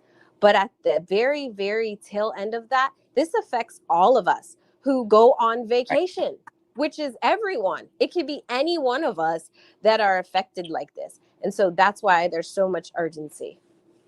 And do we know, before I let you go, does her family have any idea? Like, did they know these people? Were these like why would they have done this? Sure. Obviously there's a lot of different incomplete misinformation on the internet. One of the individuals that she traveled with, Salamandra Robinson, her mom, actually knows, and identifies as someone who was her friend. The rest of the individuals on the trip, I always ask, please don't call them her friends. These are travel mates, people that she was traveling and staying with in the villa. They are not her friends. For literally, they're not her friends based on their actions, but they're actually not her friends. She knew one of the individuals on the trip. Okay. And, from what we can gather, there was a group. Khalil is a fake friend, a very fake friend. And he was very sweating to death and going, how dare Khalil bring Daejhanae and Winter to Salamandra's house? How dare he bring her daughter's killer to her house? How dare he, right? Knowing exactly what happened in Kabul, and the reason Shanquella did not make it home was because of Daejhanae. How dare he? And Daejhanae, I know you're watching, girl. Okay, you need to stop reporting my videos. All right, and falsely reporting my videos. So yeah, so he definitely is a fake friend. Definitely fake. And to be saying, oh, well, that's the one that actually went on trips with her and went around the family the most, makes him even the fakest of them all. Trip planned, and some of the people that originally were supposed to go on this group trip dropped out, and then she was invited to go. That's kind of preliminarily. But as to why, in terms of what I've spoken to the family about, Salamandra is a gentle soul. She braided children's hair. She designed clothes. She was a creative and entrepreneur. So, okay, right there, she's actually talking about Shanquella, but she accidentally said Salamandra. But she's talking about Shanquella, who braids hair and had a clothing boutique. There's no reason for anyone that there is no reason at all. It just seems so random. Right. I mean, I have gone on a lot of trips with friends, and I mean, I'm sure you have too. Has that ever occurred to you that people you were with might do that to you? I mean, it's just unfathomable. Right. And if you go to the link, our frontlinefirm.com/letter, you can see the letter that we wrote to the president. So you can get the addresses if you also want to write a letter. And, some of the witness statements are attached. And one of the witnesses says, even at dinner time, she didn't seem like she fit in with the group. Like they weren't including her. Something seemed different about her interaction with the group as early as dinner time on the day they arrived. So, we can only speculate at this point in terms of motive, but we know that it can demonstrate consciousness of guilt. The fact that these people returned, gave the mom the luggage, never said, oh, by the way, even if they said, hey, we were all drinking a lot and things got rough. you know, and there was an argument, there was a fight. But, you know, alcohol poisoning is what led to her death, you know, because you're sharing with the mother, this is what happened in the final moments of your daughter's day, life, etc. But the fact that they neglected to mention it, didn't show them on the video was leaked. And that's how they saw it for the first time. To me, as a former prosecutor, 16-year lawyer, that is consciousness of guilt to me. Right.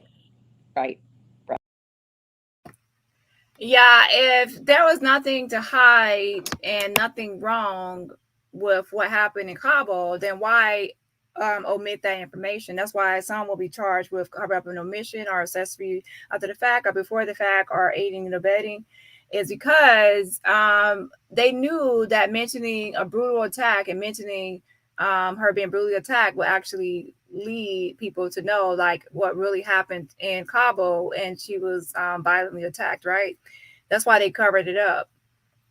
So there's no excuses for it. You only cover something up if you feel like it will incriminate you or get you in trouble.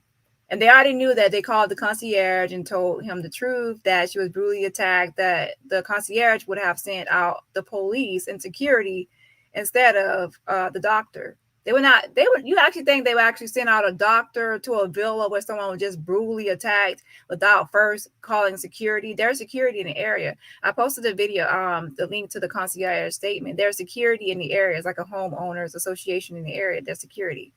So that's who would have came first. And then the police would have arrived shortly after. And Daejhanae definitely would have been in jail at that moment. So she already knew that. That's why they covered it up, because they knew that they were not going to leave Mexico if the truth were told immediately to the concierge or anyone in Mexico. Right. Absolutely. Well, I just really appreciate you going on there, and thank you for putting that link up. And we're gonna keep pushing and thinking and getting people to send letters. My people are great advocates, and I think that we all just can't stand by and watch this, like you said, for multiple reasons. It's just not. No mother should have to be sitting there wondering why her daughter's not important enough. Right. She left on a beautiful vacation, and it was returned to her family in a box. And I don't think any of us should be comfortable with that. And so again, I appreciate you. I appreciate all your listeners and subscribers, you know, and for the work that is still to be done, because it is the most important work of our time for us to have equality in these matters. Yes, it is. Well, thank you so much, Sue Ann, and appreciate all you're doing for their family. And please reach out anytime. Always happy to have you come on and talk to us. Thank you. It's my honor. Thank you. Good night.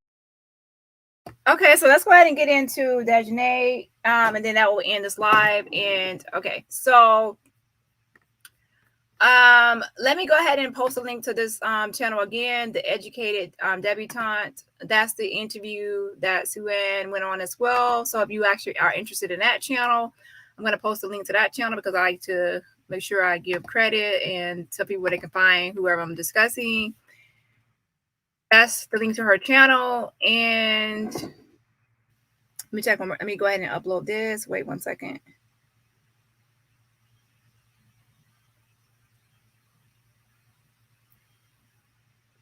Can I have a mod post a link to the petition? I want to make sure that I get those extra 48 signatures I need by Friday. So make sure I get those extra 48 signatures by Friday. And once I get those extra signatures at 39,000, I'm going to actually submit the petition. Now, submitting something does not mean that something automatically will happen. It's just like when they wrote the White House. They're just hoping that it will apply pressure and let people know that there's a number of people wanting justice for Shanquella. So that's what it's all about. So it's best to try everything. You never know if something will work or not, or even if it will have an impact unless you try, right? So like I said, once I get to 39,000, I'm going to submit it. Also at 50,000, I definitely will submit again. And that's a lot, to be honest. 50,000 signatures, wow. But even at where we're at now, almost 40,000, that's still a lot of signatures. But I definitely know that Shanquella has more people out there rooting for justice for her. So we definitely have to keep spreading this out and submitting it to whoever we can, right? So 1 second.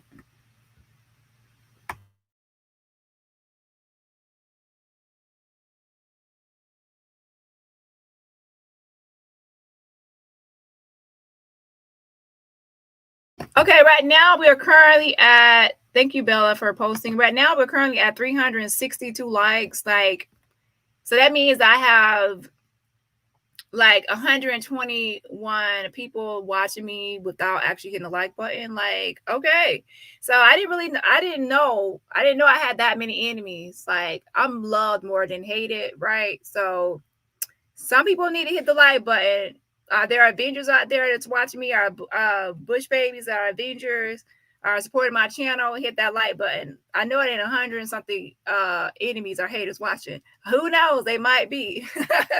Some people like to watch you even though they don't like you. So if that's not you, just smash that like button. And let's go ahead and finish this up because I'm actually going to go to another channel after this just to show support. Okay. Thank y'all for tuning in, and we'll be talking about this more later. Thank you for signing it, Tay, but make sure that you only sign it once. So yeah. Okay, so with Daejhanae, all right, thank you, Miss Jams. I know some people might have forgot. So I'm just saying, I'm like, I know I don't have like 100 and something enemies watching now. Maybe some people forgot to hit it. I don't know.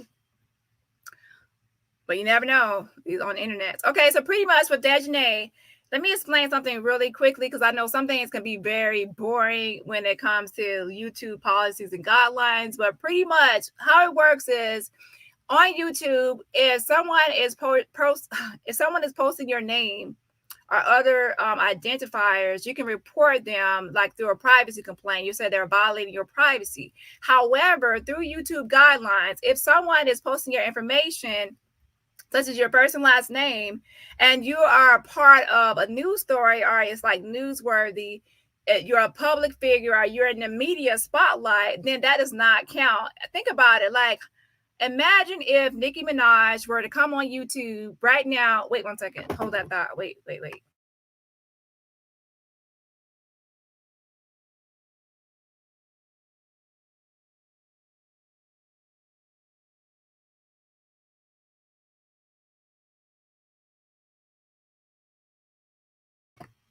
So yeah, imagine if I'm not comparing her to Nicki Minaj like that. I'm saying imagine if a celebrity or a known person were to come on YouTube and say, all these people have my name in the title of their video, or they're discussing me in the video, so I'm going to file a privacy complaint on all these people. No, you're in the public spotlight. You're a public figure, or you're in the media spotlight. You're all over the news, so people are going to use your name in videos. You no longer have privacy because of what you've done.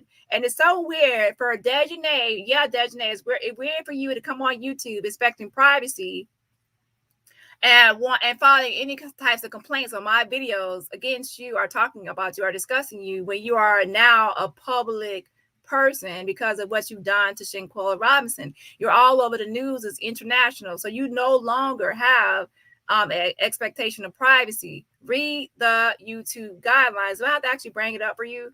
So you filed 2 false complaints against my video for violating your privacy. And it's interesting how you, Daejhanae, can brutally beat Shanquella while she is naked. Shanquella was naked while you brutally beat her to death, made her have like Atlas luxation, and she died because of you. And then you have the nerve to get your manly face ass on here, watch my videos, and falsely report my videos.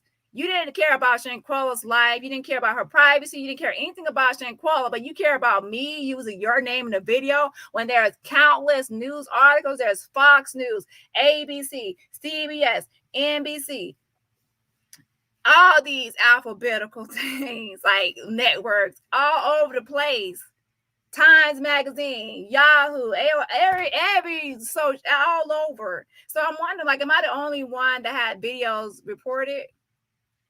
So I'm getting 2 emails. I'm thinking it's somebody else. And then I'm like, wait, it's Daejhanae reporting my videos. And like I said, let me pull up the YouTube privacy guideline so I can show you. So I'm letting you know, since I know you're watching, do not report any more of my videos with false privacy complaints. I will make more videos on you. I will make more videos on you, girl. You have no idea. Wait, hold on. Do not report. That's a false flag. You cannot, you do not have any privacy. You have a warrant in Mexico. If you step foot on Mexican soil right now, you step your manly foot onto Mexican soil, you will be arrested. So according to Mexico, you're actually a fugitive because you will be arrested as soon as you step foot on Mexican soil. The U.S. isn't arresting you because you're already fled from Mexico. Hold on. Pretty much, once someone files a privacy complaint through YouTube, YouTube will send you an email telling you to that the person is reporting that you're violating their privacy because you have their name in the video or something like that. Wait 1 second.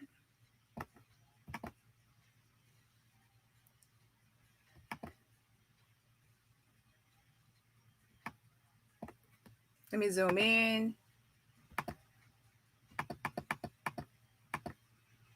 And then I'm going to show y'all what video she reported. So something is fishy about the video she reported. Hold on.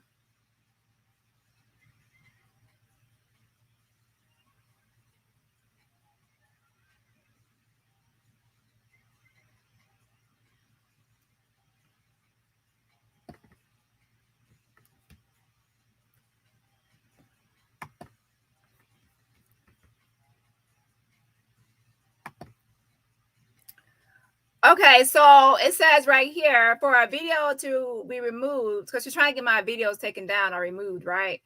It has to show like someone's contact information, like email address, or their full legal name. It has to show like bank account information, like something personal, right? And it also basically she's reporting me using like her full name, Daejhanae Jackson. Like everybody is posting Daejhanae Jackson everywhere, girl. And it says we also take into account public interest, newsworthiness. This is public interest. This is a high profile international case, so my video should not be reported.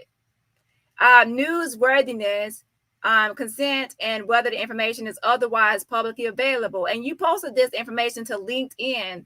So since you posted it to LinkedIn, it's otherwise publicly available. You might have tried to hide it now, but it was public at the time, right? So that means it was otherwise publicly available. This privacy complaint is for people who has posted information online that is always being private. It's kind of like if someone takes a nude, like takes your nude, right, photo, and then they post it online publicly when you didn't want it to be publicly online. It was something that's supposed to be private, remain private. Something that has always been private, and then someone posts it publicly without your permission. That's not the case here.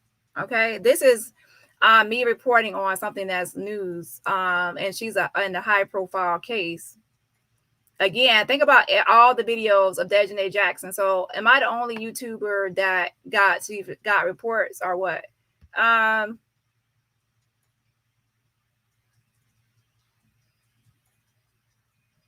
So yeah, so pretty much she's trying to get my videos taken down. And so let me show y'all what 2 videos she's referring to, so then y'all can let me know y'all thoughts. Wait. So yeah, instead, why don't you just go to Mexico and turn your man hand stuff in instead of sitting up on a computer trying to take my videos down? And more than likely, she probably has tried to take other videos down too. Like, girl, you can never erase what you've done.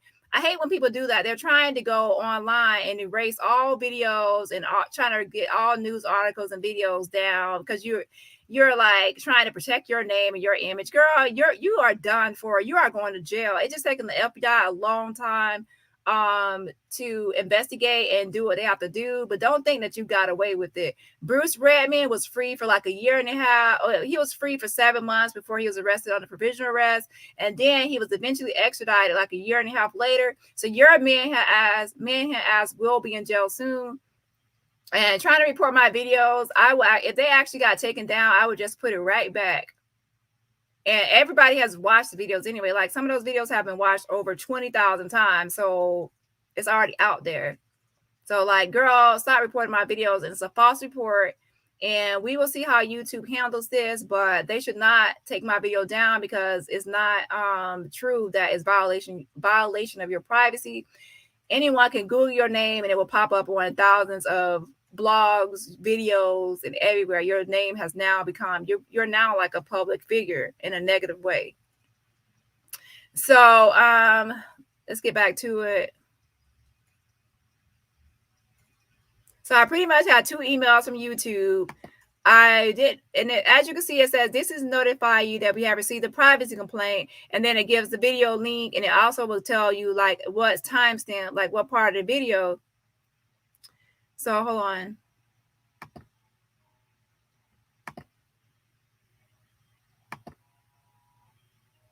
So it's like, this is notified if you have received a privacy complaint. I received 2 emails, and it might be more because I have a bunch of videos on Daejhanae, so she might actually try to remove videos. So what she's trying to do is get videos removed that she doesn't want online anymore about her.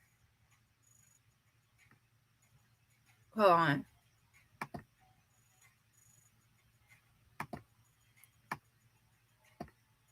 I'm trying to zoom out.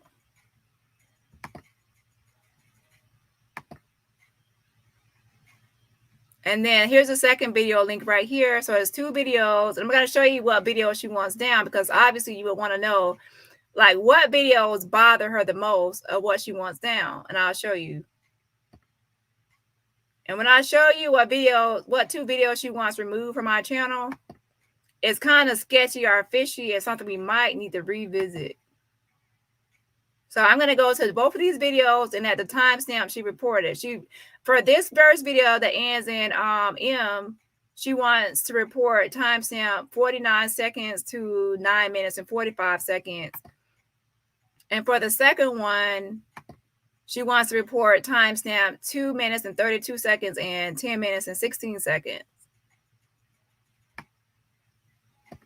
So this is to notify that we have received a privacy complaint. She did 2. And let me check my email to see if any more came in, because this came in the afternoon, today in the afternoon. Let me check my email real quick and see if there's more. Because usually when people start doing this, they actually do a bunch of videos to try to get they want all their videos removed so they can try to erase what they've done or erase people talking about them and their behaviors and actions. So I only received those 2. So if you're a YouTuber out there and you've also received privacy complaints and the videos are on Daejhanae, message me on IG at Dani Robertson YT, Dani Robertson YT, and I will actually probably give you some advice on handling this, and we'll see how this proceeds. If YouTube tries to remove the video or not remove the video, usually once I handle it, they don't remove it, but sometimes they do actually remove the video if they think that if the person, I'm not going to say anything more. I'm not going to give any hints or clues.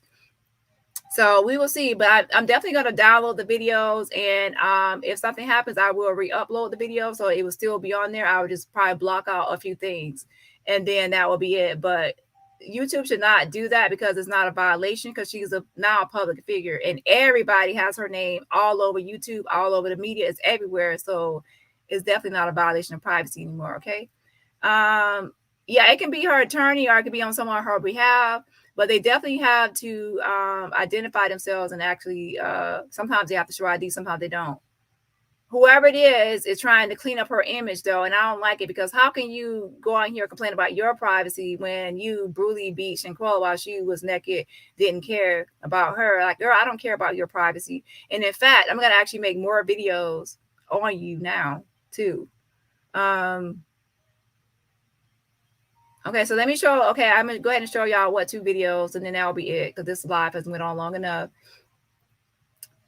Okay, wait.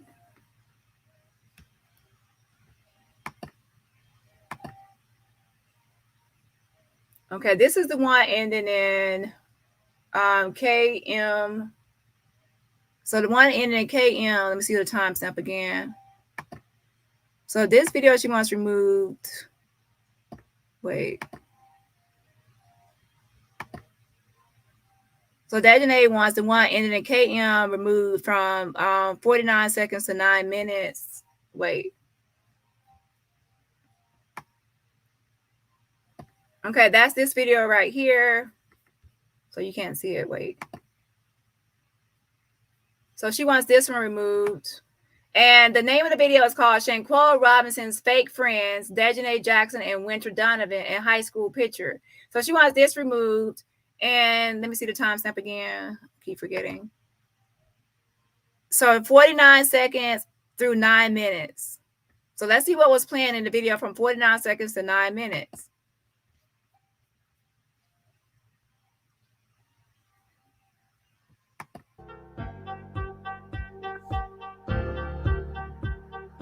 I'm going to 49 seconds.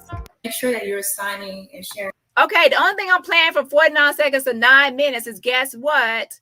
I'm trying to her LinkedIn profile. That's it. LinkedIn profile is not private. That's public, girl. That is public, Daejhanae Manhan Jackson. That's public. That was a public profile you had. Anybody could see at any point. And are you still at, did Blue Rhino take you back, or what's happening? Like, why do you want this down? Or maybe you know what? It could be that this is the only thing she could find to report. So then that way she could try to get this video taken down. But yeah, she wants this down. She's reporting this, that I have her name. See her name there, Daejhanae Jackson. So most likely when she filed the report, she said, I put out her first and last name. So she put Daejhanae Jackson is what I put. So if you actually go through for all the way from 49 seconds to 9 minutes, I'm only showing that. So that's what she reported. And that's how you know who reports you, because you go to the video and then to the timestamp, right?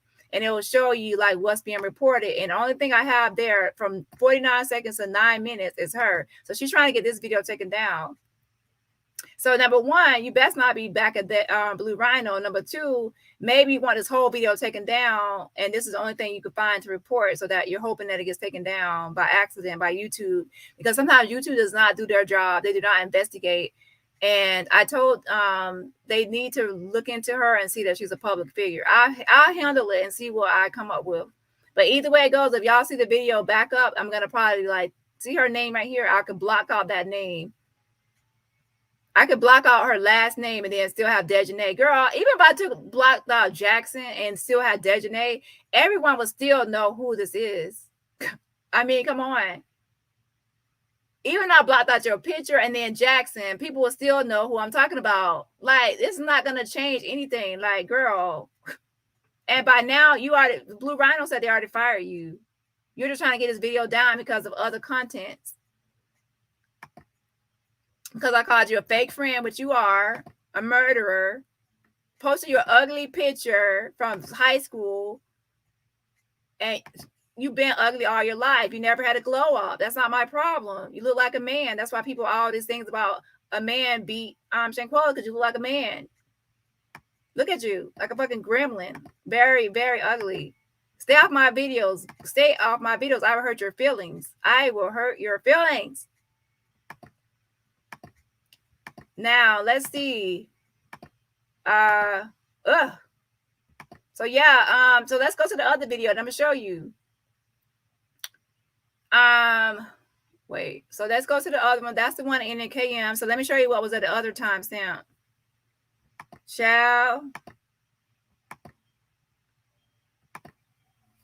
Okay, let me see the other one.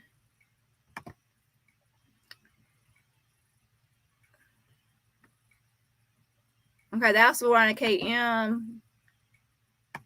And girl, you probably should have just. And that's how they saw it.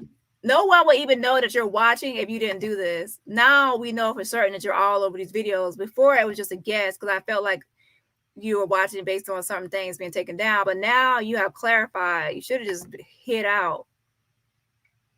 Now I know you're over there big mad that people are making videos on you. Girl, bye. Your life is over. Your time is ticking. Your time is ticking. You're going to be in jail soon. And now I'm going to make more videos on you now. And I'm going to make sure your ugly picture is all up on the thumbnail. I'm going to put the ugliest picture of you possible, which is not hard to find. There's a lot of ugly pictures of you. Every one of them is ugly. Besides, even like the one with heavily filtered, something is off. Because it's like the strong jaws, like he got hatched from an egg instead of like through a birth canal.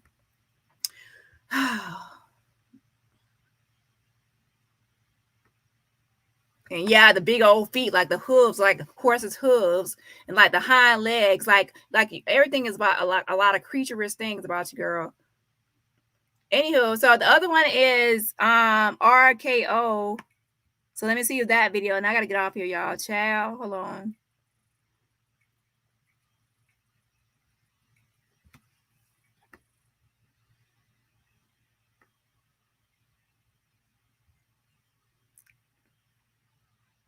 Okay, so that one, wait 1 second. Ciao. I'll make more videos on your ass. Trying to get videos taken down. You should not let me know you're sitting there watching my stuff. Girl, I spent time on these videos and you trying to get my stuff taken down. Girl, hold on. I haven't even made a video roasting you, child. Hold on.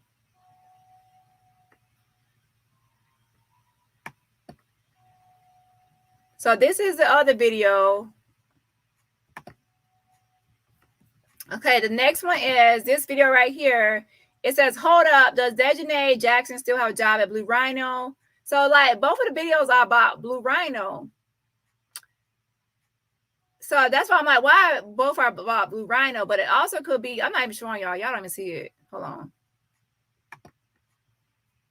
So yeah, both of the videos she reported is about Blue Rhino. But both of them have her name in the video. So to me, I think that she went around trying to find videos that I posted like her name inside the video. I don't know. I really don't know. Like, what y'all think? Like, why are both videos on Blue Rhino? Like, I hope she ain't back at Blue Rhino and then she's trying to hide that Blue Rhino so no one will call. Don't let me find out that Blue Rhino let her back or something. I don't know what's going on with this. Like, why report both Blue Rhino? I'm gonna check into this now. I'm gonna put it on my to-do list. On Monday, I'm calling Blue Rhino. I'm not telling y'all to call Blue Rhino, but don't call Blue Rhino, y'all. I said I'm gonna call myself to check on something, because why would she report 2 Blue Rhino videos? Suspicious.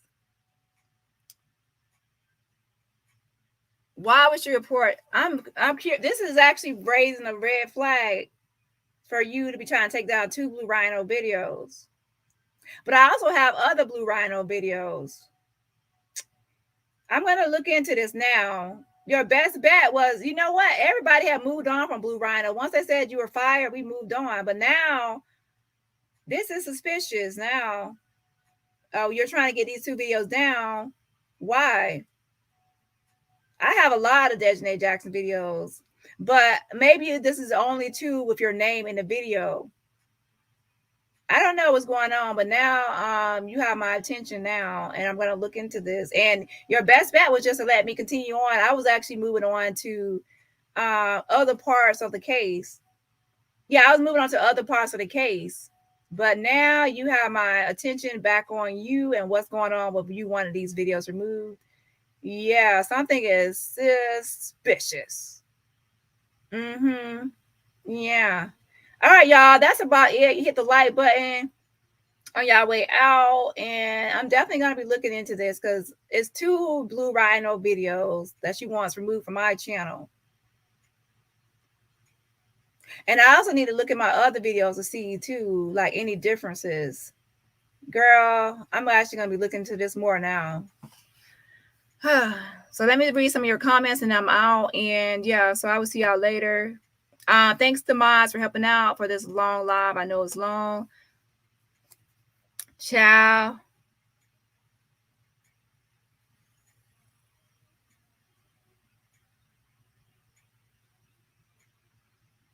Yeah, so make sure I hit the like button on your way out. I have to go, I have to eat, but I'm definitely curious to know now why these 2 videos reported. And make sure if you're catching the replay, leave your thoughts in the chat. Why does Daejhanae Jackson want these 2 videos removed? And both are on Blue Rhino and both have the same screenshot up. Something is up. So leave your thoughts in the chat and also in there. And I have to go, y'all, because I'm out of energy right now. Oh, y'all going in on the comments talking about Big Feet and Adam's Apple. Ciao. Let's see. Child, y'all going okay. Y'all are trying to roast. Like, to be honest, nobody really haven't had a full roast video. Like, we should have the roast of Daejhanae Jackson. The roast of Daejhanae Jackson. Everybody just roast her behind. And since she wants to watch, we'll give you something to watch. The roast of Daejhanae Jackson, you can have front row seats, but she'll definitely report that. Oh, she'll definitely report that, child. That would have to be on another channel, child, because she definitely watching. So we'll give you something to watch, child. We'll give you something to watch. Right. Her nerves is bigger than her feet. She is for real crazy. You heard that the other day? She said your nerves is bigger than your feet. Woo, child, and them some big nerves in, because them feet is big. She definitely be shopping in the men's section of the shoe store. Nah, she had to get her shoes custom made with them big feet. And remember, those ain't feet; those are hooves, like horses' hooves. All right, y'all. Have a good rest of y'all weekend, and I won't see y'all for a while until something comes up. And yeah, this is a mess. But I'm going to go ahead and download these 2 videos just in case I have to re-upload them, because YouTube doesn't always do their job and investigate. And have a great weekend. Bye. And I appreciate y'all's support.